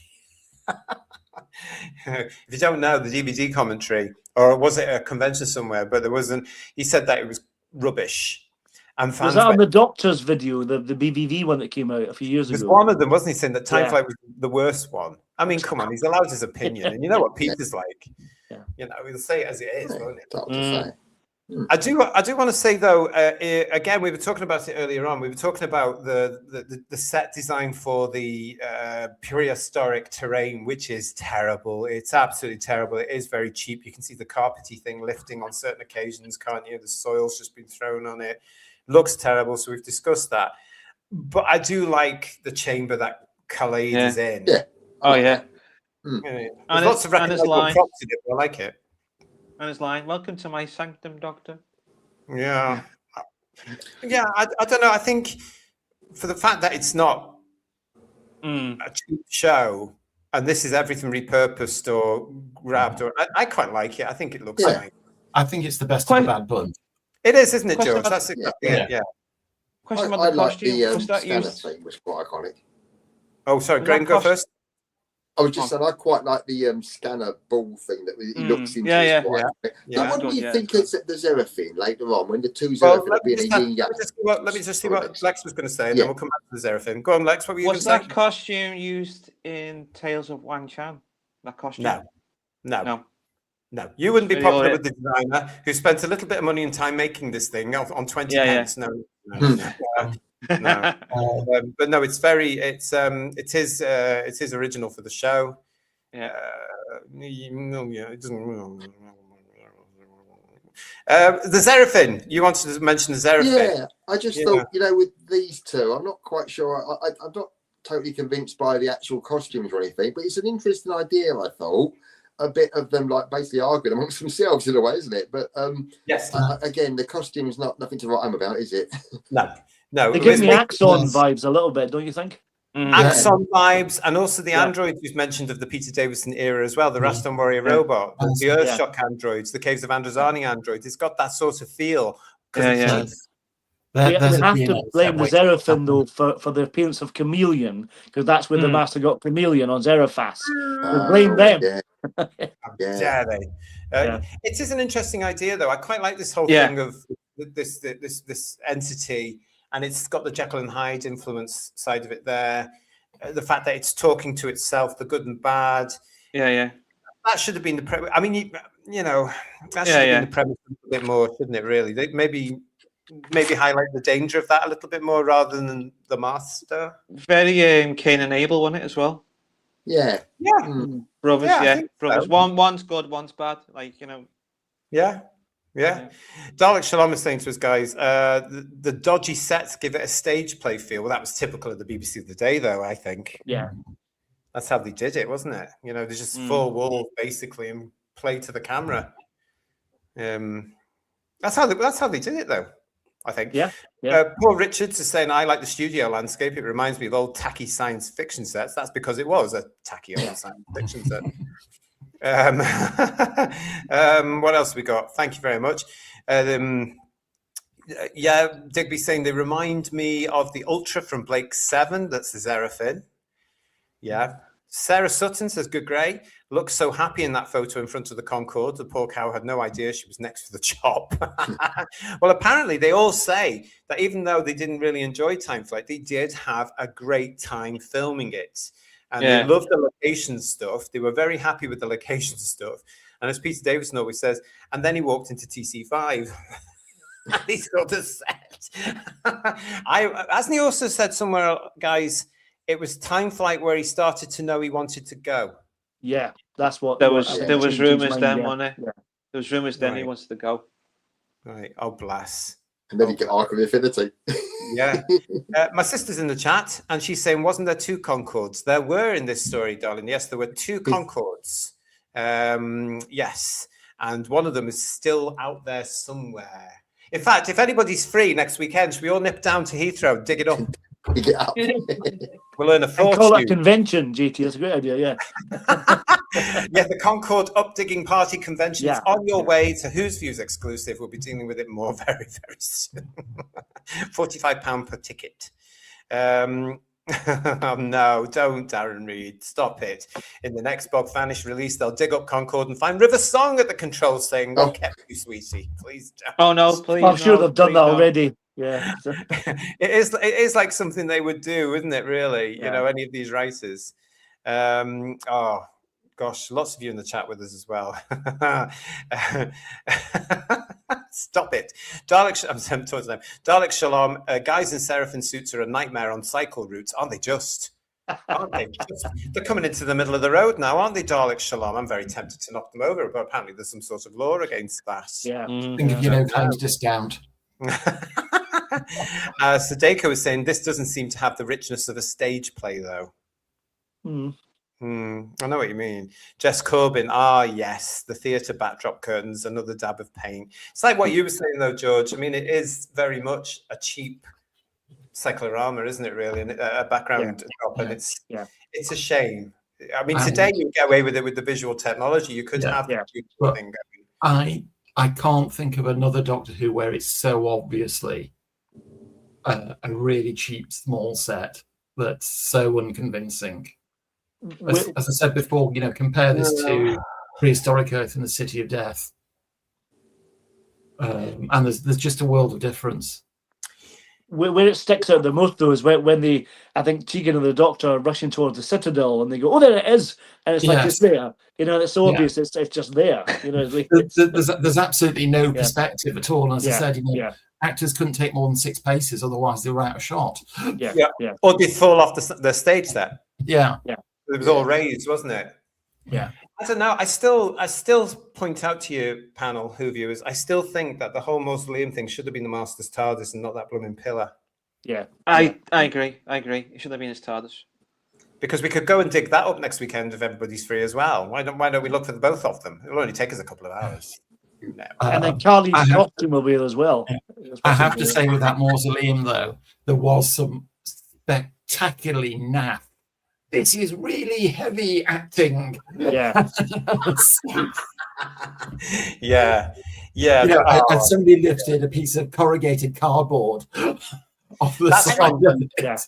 That was Ron Jones for you, though, wasn't it? Sorry, Kirsty. That's Ron Jones, Kirsty, the director. I like the scene where Nissa's going, "Help me" with that cube thing, and Tegan comes to help her, and they're like, "Oh, it's so heavy," and then the magic gets it, and she just yeets it with one hand. I noticed that when I was 12 as well. I was like, suddenly, Nissa is superhuman. How did she do that?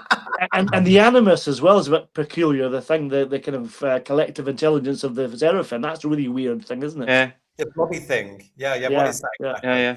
I mean, there's another little point there as well. I remember this vividly. Was when the professor finds the little Seraphim. I automatically knew that was the work of the TCE. Yeah, and the doctor, Palatoy, the very least. Yeah. I think there should have been a bit more horror around that, because there's the professor holding what used to be, a life form. And he's very sort of again. I'm going to say this, Ron Jones, bless him. No, I think he misses every aspect, every beat on this. I just don't think he was the right director. I know Peter Grimwade wasn't happy with his direction, was he? He complained about it. Many times. Yeah, it is objectively. It is very sloppily directed. Yeah. Would it have been possible for Grimwade to direct this himself, or is that not BBC policy? No, it was. God knows, but because he wrote it, probably not. Yeah. To be quite honest, but then again, it might have been John. Yeah. John had his own little rules, didn't he? Oh, you can't do this, you can't do that, you can't do this, you can't bring that person back. I'm not having that writer. I mean, God love him. I'm not speaking ill of the dead, and I didn't know towards the end of his life. God love him, but he did have his own little rules, didn't he, of how his production needed to be. Slightly weird rules, really, weren't they? To be honest, but yeah. I think, however, though, had Peter Grimwade been able to direct his own story, I think it would have had an entirely different feel. And one of the things would have been, no, I'm not having that design. No, I want that. No, the lighting needs to come down. No, that needs to. Anthony, you need to do it this way. Do you not think? Oh yeah, definitely. Yeah, it may have worked with Mr. Grimwade doing it. I don't know, because I'm not a big fan of Peter Grimwade's direction either. But Earthshock really shows how good it can be and how snappy it can be. Yeah. That's potentially a better script as well, to be honest. But yeah. The story is Grimwade at times, says Richard Brooks. Philip Shaw is saying the Seraphim story sort of fizzles out. It comes in, doesn't it, Philip? It comes in, and you're right. Gone. Yes, gone. Yes, you're right. It does fizzle out. I mean, the whole point about this thing is, and why the Master's gone to such elaborate lengths with this thing, is because of the Seraphim. It still doesn't. Even after watching it yesterday, as the older me, it still doesn't fit for me. Why did? What? Hello. What? there's everything of the crux of the story, and this is where the budget could have been used better. That, you know, somebody said, right, well, we need to find some money to make these guys look better than a couple of guys in spray-on spandex leotards and a bit of face paint. Yeah. You can actually, I mean, this is where, again, George, you can see that the production had at this time run out of money. I was watching it again last night thinking to myself, right, okay, why didn't John, God love him, just say, we've got no money, we're not going to do the extra 4? Or, as one of the actors say, as one of the, I can't remember his name now, one of the fellas who's flying the plane, one of the pilots, he says it should have been a 3-parter. Why didn't he just, I don't understand. I wish I'd asked him. It would have fit a 3-parter better. Yeah, but I mean, I assume it's the same as it was the entire history of the show up to that point. You know, the producer wasn't within their gift to drop episodes because the money wasn't there. They had to make X number of episodes for X budget. I don't think there was the option to just. I think what he should have done as a strong producer is go back to the BBC and put as strong a case as he possibly could to get some more money to get it done properly. Yeah. Which they would have said no to, as we know. But you know, Philip Hinchcliffe did that. He won that back more than once. Yeah, it's like you were saying before, though, George. I wish I'd had this conversation. For someone that was so good as a PUM, his first big season, well, his second. Well, no, I'm going to say that his first big season on his own, because Barry, of course, was an exec on the first season 18. Yeah. So here's John flying solo properly. He didn't do his maths properly, did he? God love him, because the last 4 episodes suffer from severe lack of. So where's the money gone? Yeah, I mean, as I said, this is something that's always surprised me about John Nathan Turner's producer. And I have to admit that, you know, that I'm not au fait with every single episode he did, so I could be doing him a disservice. But when he was PUM, it was John Nathan Turner who knew how to juggle the money that was available, but got them actually to Paris to do the City of Death. Yeah. And I mean, it was done as guerrilla filming on, you know, not even on the cheap. You know, on the cheap would have been comparatively luxurious, I think, the way it was actually done. But he did it. He achieved that. And also remember, back in 1979, any TV series going abroad to film was incredible. Yeah. Yes. You know, Doctor Who was a trailblazer when it did that. It was totally. John. Actually, was Vanderbilt. Yeah. I remember all those newspaper things. Yes. Ooh la la. Yeah. It was Lala in Paris. You know, do you remember? Yeah, it was. I remember them too. It was literally front page news. Richard Brooks, behave yourself in the chat, because he's saying to us that Tegan's hairdo took all the budget and most of the. It's a lot of hairspray. It really is. Yeah. There's a lot of probably that vintage car, says Funky, and Train in Black Orchid took all the money. Oh, gosh, I don't know. Yeah. Peter Davison's salary, allegedly. Yeah. But though apparently he was on a lot less than Tom. Allegedly. Yeah. So the John Nathan Turner stories I've seen after season 18, it's always surprised me that the distribution of the budget is so uneven, and stuff that looks fantastic, you know, barely gets 2 minutes of screen time, and stuff that looks painfully cheap, you know, tries to drive the story forward. And I think this is a prime example of it. Yeah. This is a good review because I think we're getting it quite right here. We're being balanced. We are dealing with all these years of not watching it, reviewing it recently for this show and what have you. But I'm going to say again, you know, don't get me wrong. I watched it again last night and was entertained. And I was entertained because even though this is extremely cheap, it really needed reworked again. And I say that a lot about a lot of Doctor Who stories, bless it. So, and believe me, I understand the pressures of time, the fact that you've got to get this done by such and such a time. And if writers or other people let you down, you're screwed. But I'm going to say it. I don't get entertained enough by television, modern television. Here's something from 1981, broadcast in 82. And I was entertained. And I recognized Doctor Who. I recognized the Doctor. I recognized the Master. I recognized the elements of it. I recognize where it's Doctor Who. You know, it might not be the best Doctor Who, but it still is Doctor Who. And then I fast forward to what we've just lived through now with the show now off air again. I don't recognize any of that because I can't even see the Doctor in it, but I can see the Doctor in Peter. You know, he's there. You know, a fresh, brand new Doctor, which was still exciting by this point in 82. Time flies. I still remember everybody going, "Oh, have you watched Doctor Who? Oh, have you seen the new Doctor? Oh, look at that." We were still learning about him, weren't we, really? Yeah. You Definitely. Yeah. I think think that twice a week as well, Graham. It was a shorter time for us. Yeah. It wasn't the usual 20-odd weeks. It was, what, 14? It flew by, didn't it? And I wish me repeat myself. It came on. There was such a lot happening in the early 80s. We'd had the Five Faces. There was numerous books. The 20th anniversary was on the horizon. A new Doctor. Tom had bowed out. There was loads going on. So it was exciting. It was thrilling. And I really wanted to embrace it. So, you know, I had no problem in overlooking the faults of the programme.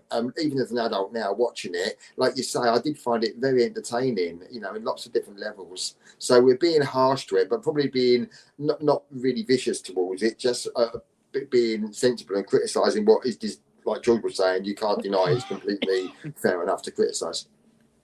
Yeah. And yet it does have some amusing points. As I say, I love all the Heathrow filming. I think that looks spectacular. I love the Concorde. I love seeing Concorde now. Yeah. I love the ending.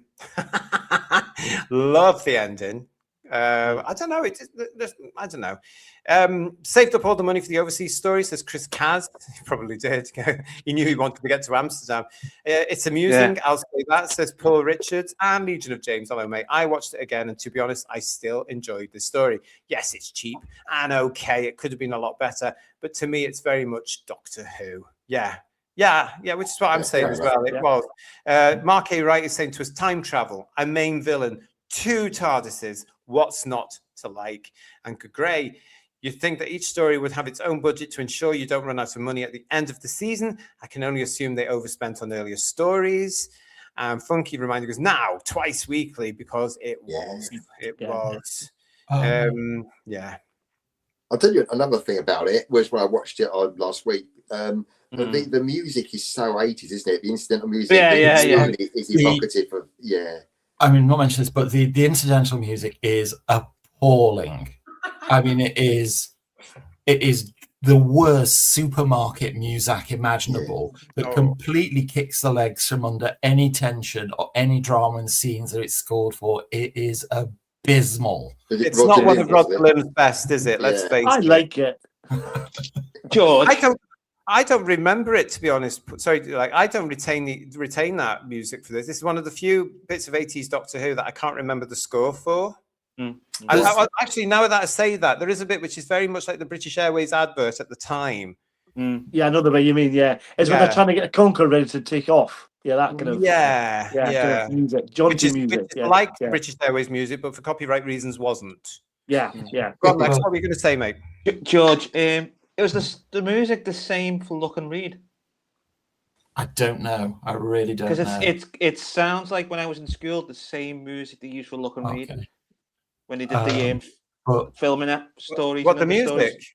Yeah, you know, like when they the music was original by Roger Lim for this story. It felt very similar to me. Well, this is the problem, actually. You're not the first to actually say this in all these years to me, Alex, is that the BBC Radiophonic Workshop boys at the time started to do practically everything. They did an awful lot of educational shows. They did some other stuff as well. They did some nature shows. They did some stuff for, they were all over the shop at this point. And Doctor Who was very much the big show for them. So they were going to, the sounds were going to be quite similar in other shows as well. Maybe the signature thing, I'd say it's us. Like, you know, it's our music. But on this one, I mean, the scene where the Master reveals his plan, there's some plinky plonk lift music going on the soundtrack. Yeah, while he's outlining his plans to foil the Doctor yet again, and it's just so jarring and so out of place. This is one of the things they got wrong with the Ainley Master, isn't it? This Master's written.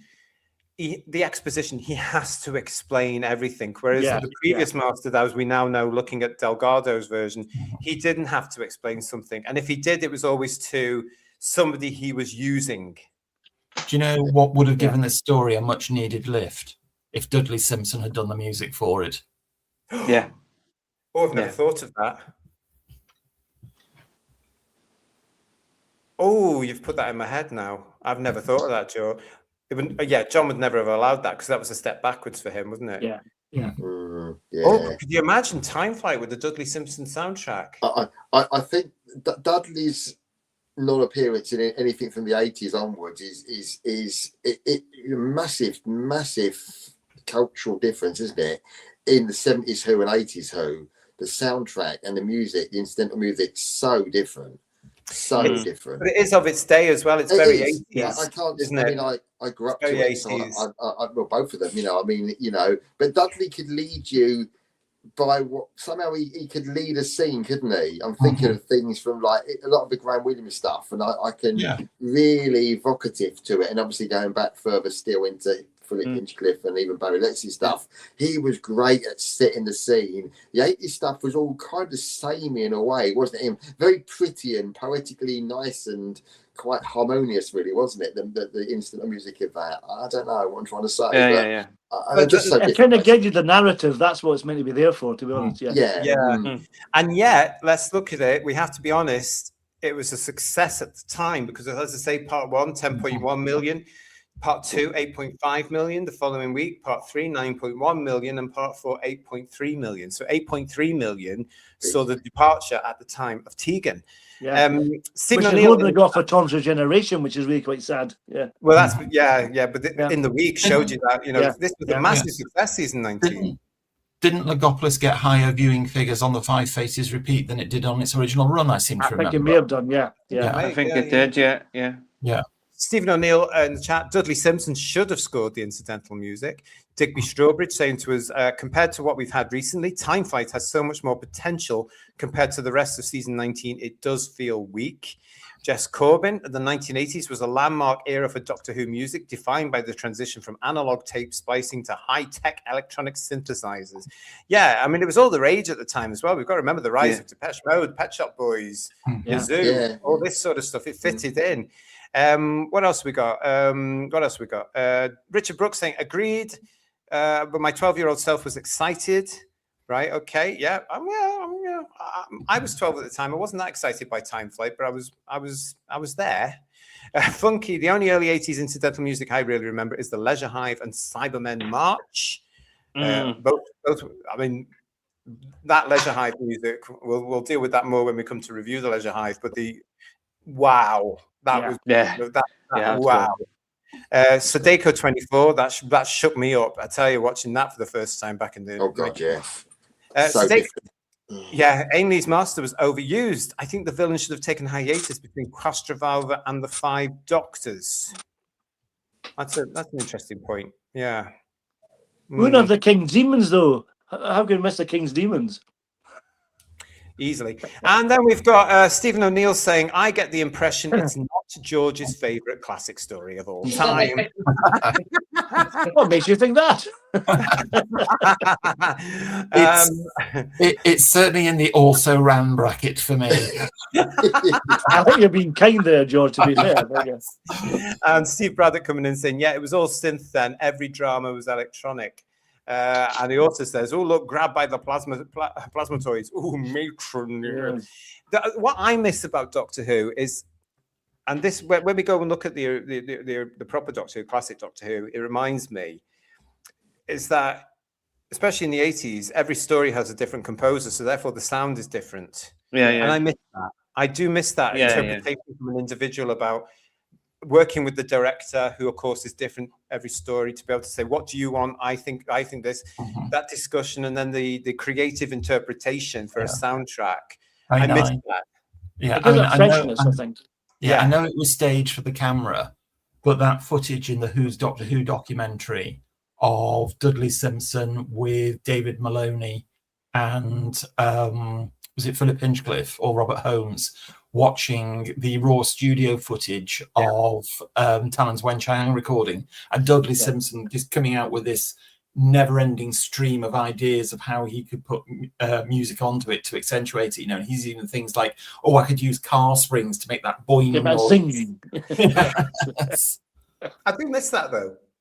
You know, I mean, hopefully in any new version that comes along in the next God knows when, they might go back to that sort of format as saying, let's not just have an in-house one composer. Let's give it out to several talents. And yes. then it's fresh every story, really. Yeah. Well, listen, it's going to be that. Let's find out, everybody, if this is George's least favourite of the classic original proper Doctor Who run. It's time now for scores on the TARDIS doors. Start putting your marks into the chat out of 10.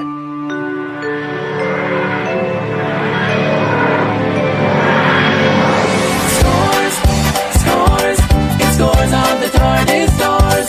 If you like this story, did you think it bores? Give your scores on the TARDIS doors.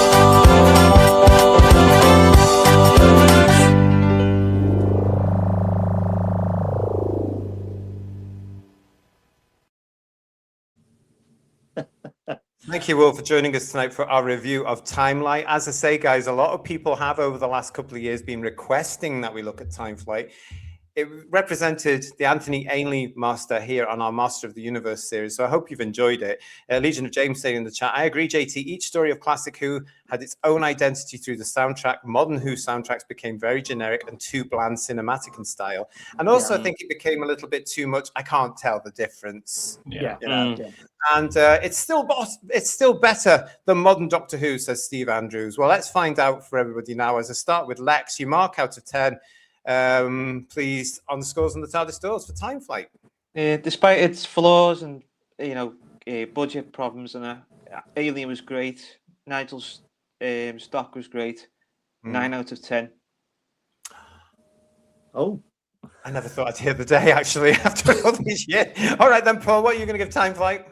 Well, I've always liked this story because I just find it entertaining, and as you said earlier, JT, if it's entertaining, that's a good thing, and I think it is. And I watch this and it makes me laugh. It entertains me. I enjoy it. I enjoy Ainley. I enjoy Nigel Stock. I actually like Captain Stapley. A lot of good things in this, but the Khalid thing still gets me every time. Why is he there? I don't know. But I'm going to give it 7 out of 10. That's what I'm going to give it because I actually quite enjoy it. Yeah, this is great. All right then, Graham, what are you going to give Time Flight? Exactly what Paul said, really, almost word for word. I loved it I did like it as a kid quite a lot. And rewatching it, I've always quite enjoyed it. I just can't think about it too much because it doesn't make an awful lot of sense in lots of ways. But in other ways, it's got so much going on. There's lots of little plot strands that keep me interested. I like the characters. Obviously, the sets are terrible, and there's some poor acting in it as well. But the location's wonderful. It's imaginative. One thing we haven't touched on, I'm not entirely committed to the ending. Like basically, Davison gets there before the Master and sorts it out because he's left something. I'm not sure, but it's a very healthy 7, almost an 8. It's not nowhere near my worst of season 19, and I've defended it always. I've always quite enjoyed it, and rewatching it recently, it's like Paul said, entertainment's the word. It entertains me. 7, strong 7 out of 10. A strong 7 out of 10. Okay, so now we're going to go to the lady of the chat. Bearing in mind that Kirsty has, as part of her education here on Who's Views, only just encountered Time Flight today, which is, for the record, officially the 17th of June, 2026. Come on then, lady of the chat. What do you think? A merciful 6, because I think Khalid is just the most hilarious thing ever. Don't make me do that again. I don't know what it's in the room. I'm too tired. 6. That's higher than I thought you were going to give it, Kirsty. That's that for is sure. higher than I thought you were going to. I thought less than Kirsty. Yeah, well done, Kirsty. No, we will never ask you to watch Time Flight again. But you've got the Twin Dilemma coming up at some point. George. Get your bets in now, folks. I have genuinely been trying to find positives in this. I'm afraid the most positive thing I can say about it was the cameo by Matthew Waterhouse. Matthew, if you're watching, you're going to love that then, aren't you? You want the best bit about Time Flight, because Matthew loves dissing Time Flight because he says it was rubbish. But you'll love that, Matthew. But that's about the best thing I can say about it. I mean, it was a slog for me to get through. It really was. I could not find any entertainment, any sort of sense of drama, adventure in it. It just seemed to be a bunch of people in a TV studio going through the paces. it brought back memories of how heartbroken I was that me and the series back in the day was like going like this. Yeah. It was moving further and further away from everything that made Doctor Who magic for me. You trendsetter by 30 years, you. Yes. And I said, this was the one where I thought, that's it, I'm out of here. It's time flight just doesn't even taxi on the runway, let alone take off for me. Oh, clever. All right, so what's your mark then? For the terrific performance by Nigel Stark, it's one saving grace. I'll give it 3 out of 10. 3 out of 10. There we have it, everybody. Thank you for your honesty there. Before I come to you in the chat, I'll give you my remark. I've said everything I need to say about this. First time I'd watched this since 1982, because I'd never watched the VHS. I never watched the DVD. So we did it. I'm glad we've done it. I'm glad we put Time Flight in as the Anthony Ainley representation for our Master of the Universe. I was thoroughly entertained. Yes, I can nitpick. Yes, I heard my 12-year-old self as I'm watching this going, I can hear all that. However, I was entertained, and I stand by what I say. It's nice to see Doctor Who, even if it's this Doctor Who, this particular story. It's Doctor Who. It's getting a 7 out of 10 for me. Which I thought I'd say. My 12-year-old self would be going, no. What would you have given it when you were 12 out of interest? I was probably giving it about 2. Right, okay. Wow. Really? That's what's in George's score, though. Yeah, it was right at the bottom of the Doctor Who monthly, because I wrote it off, and that's why I never revisited it. But I'm glad we did for this show. Right, let's get in, everybody, and see what you're saying in the chat. Avon01 is giving it 5. Wow. Hello, Derek Hart, 6 out of 10. Sorry, I'm late. I was watching your earlier show. Oh, yeah, I've forgotten I'd done one of those. Yeah, I did a show about 4 o'clock, a live show earlier, talking on the headlines. We're going to talk more about Peter Capaldi in this Sunday show as well, but you can go and have a look at that if you've not seen it. Sadeko24 is saying a 2 out of 10. I think this is where the show jumped the shark. Oh, that's okay. See, I now know what that means, so I'm quite impressed with myself. Richard Brooks is saying yes, but I'd rather watch Time Flight on a loop than watch Shooties run any day. Yeah, you and me both. Yeah. Davey B96, I'll give this a 5. This and 4 to Doomsday are the lowers for season 19. Yeah, we haven't done 4 to Doomsday yet, so I'm warning you. And right now, we will one day. John Pope is saying 5. Funky is singing. He's singing our Scores on the TARDIS Doors theme tune. Bless you. Bill Lowry is saying 5. They did the best of what they had, which by that time wasn't much. PTA is saying it's a 7. It would be higher if it got a re-edit and new effects.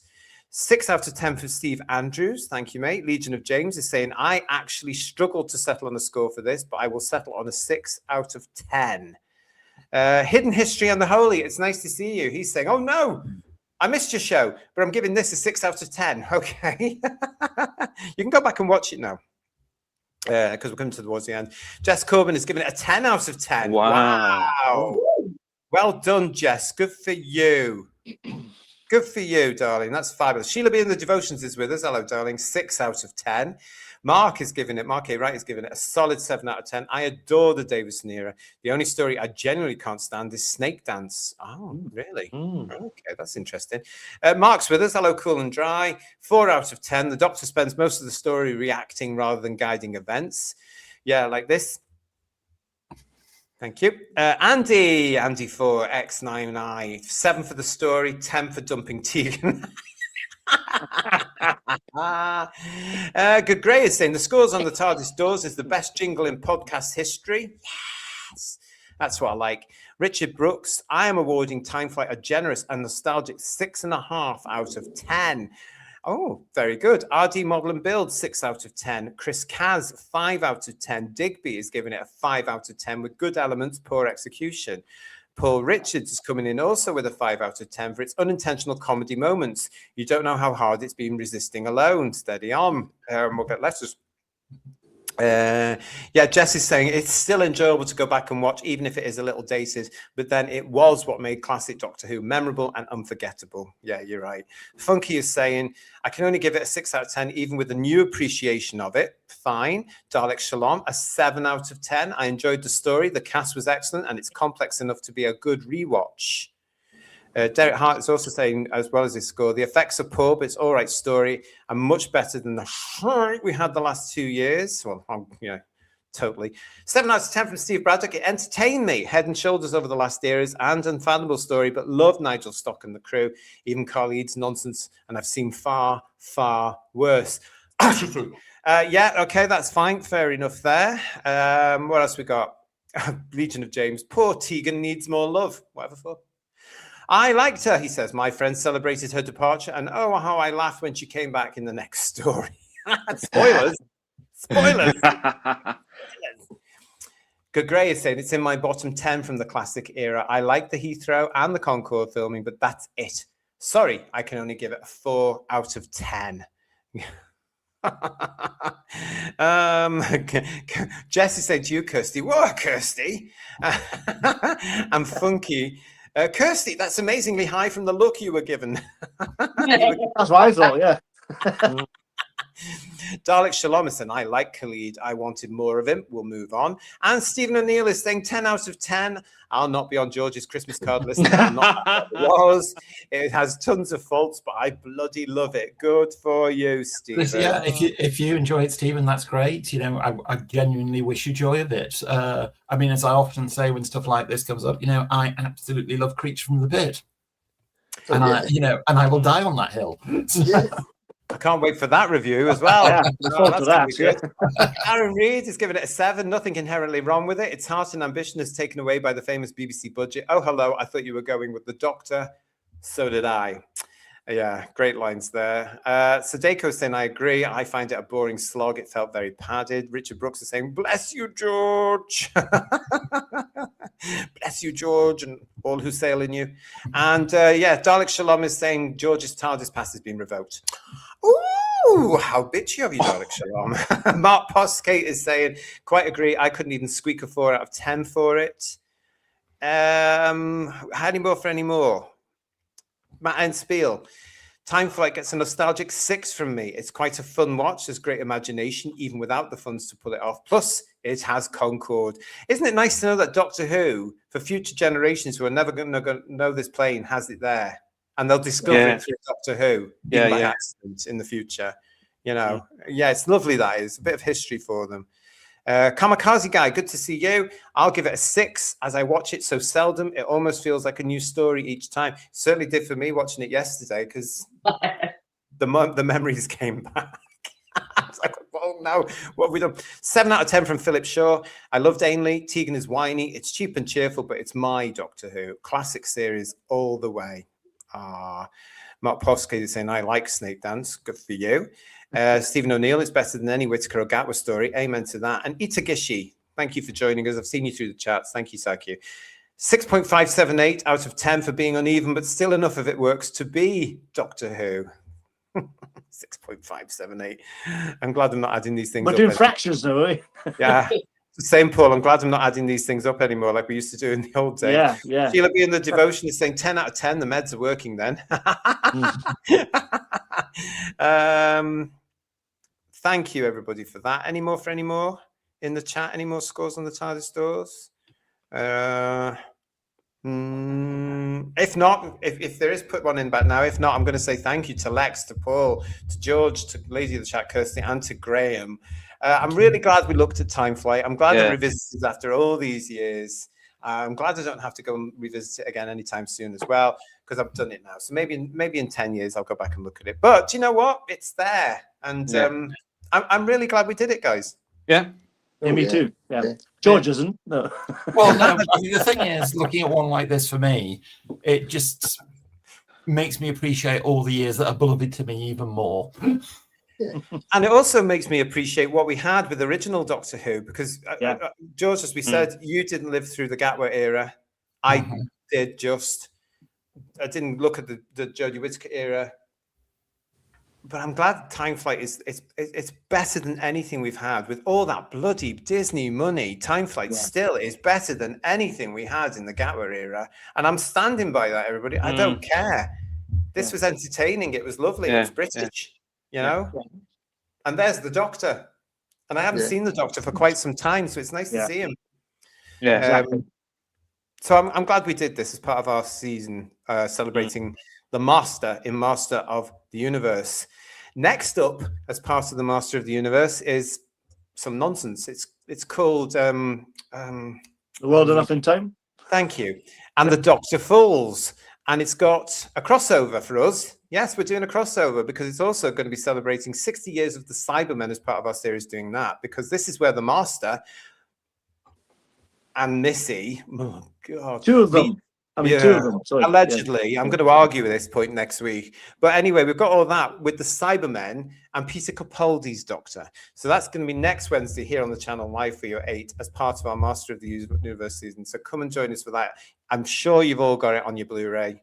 You can go and watch it and get ready. I've seen that one more than once.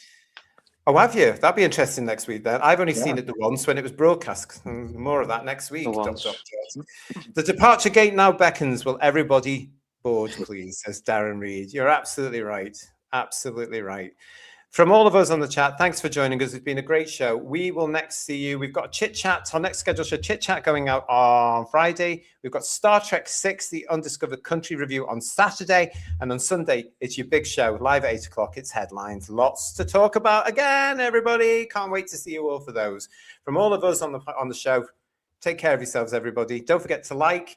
Don't forget to subscribe. Make sure you're still subscribed. Give us a hype if you want to. Share it out there. You know what you've got to do. Until we see you next time on Who's Views. Ta-ra, everyone. Good night. Happy landings, Doctor. Bye-bye.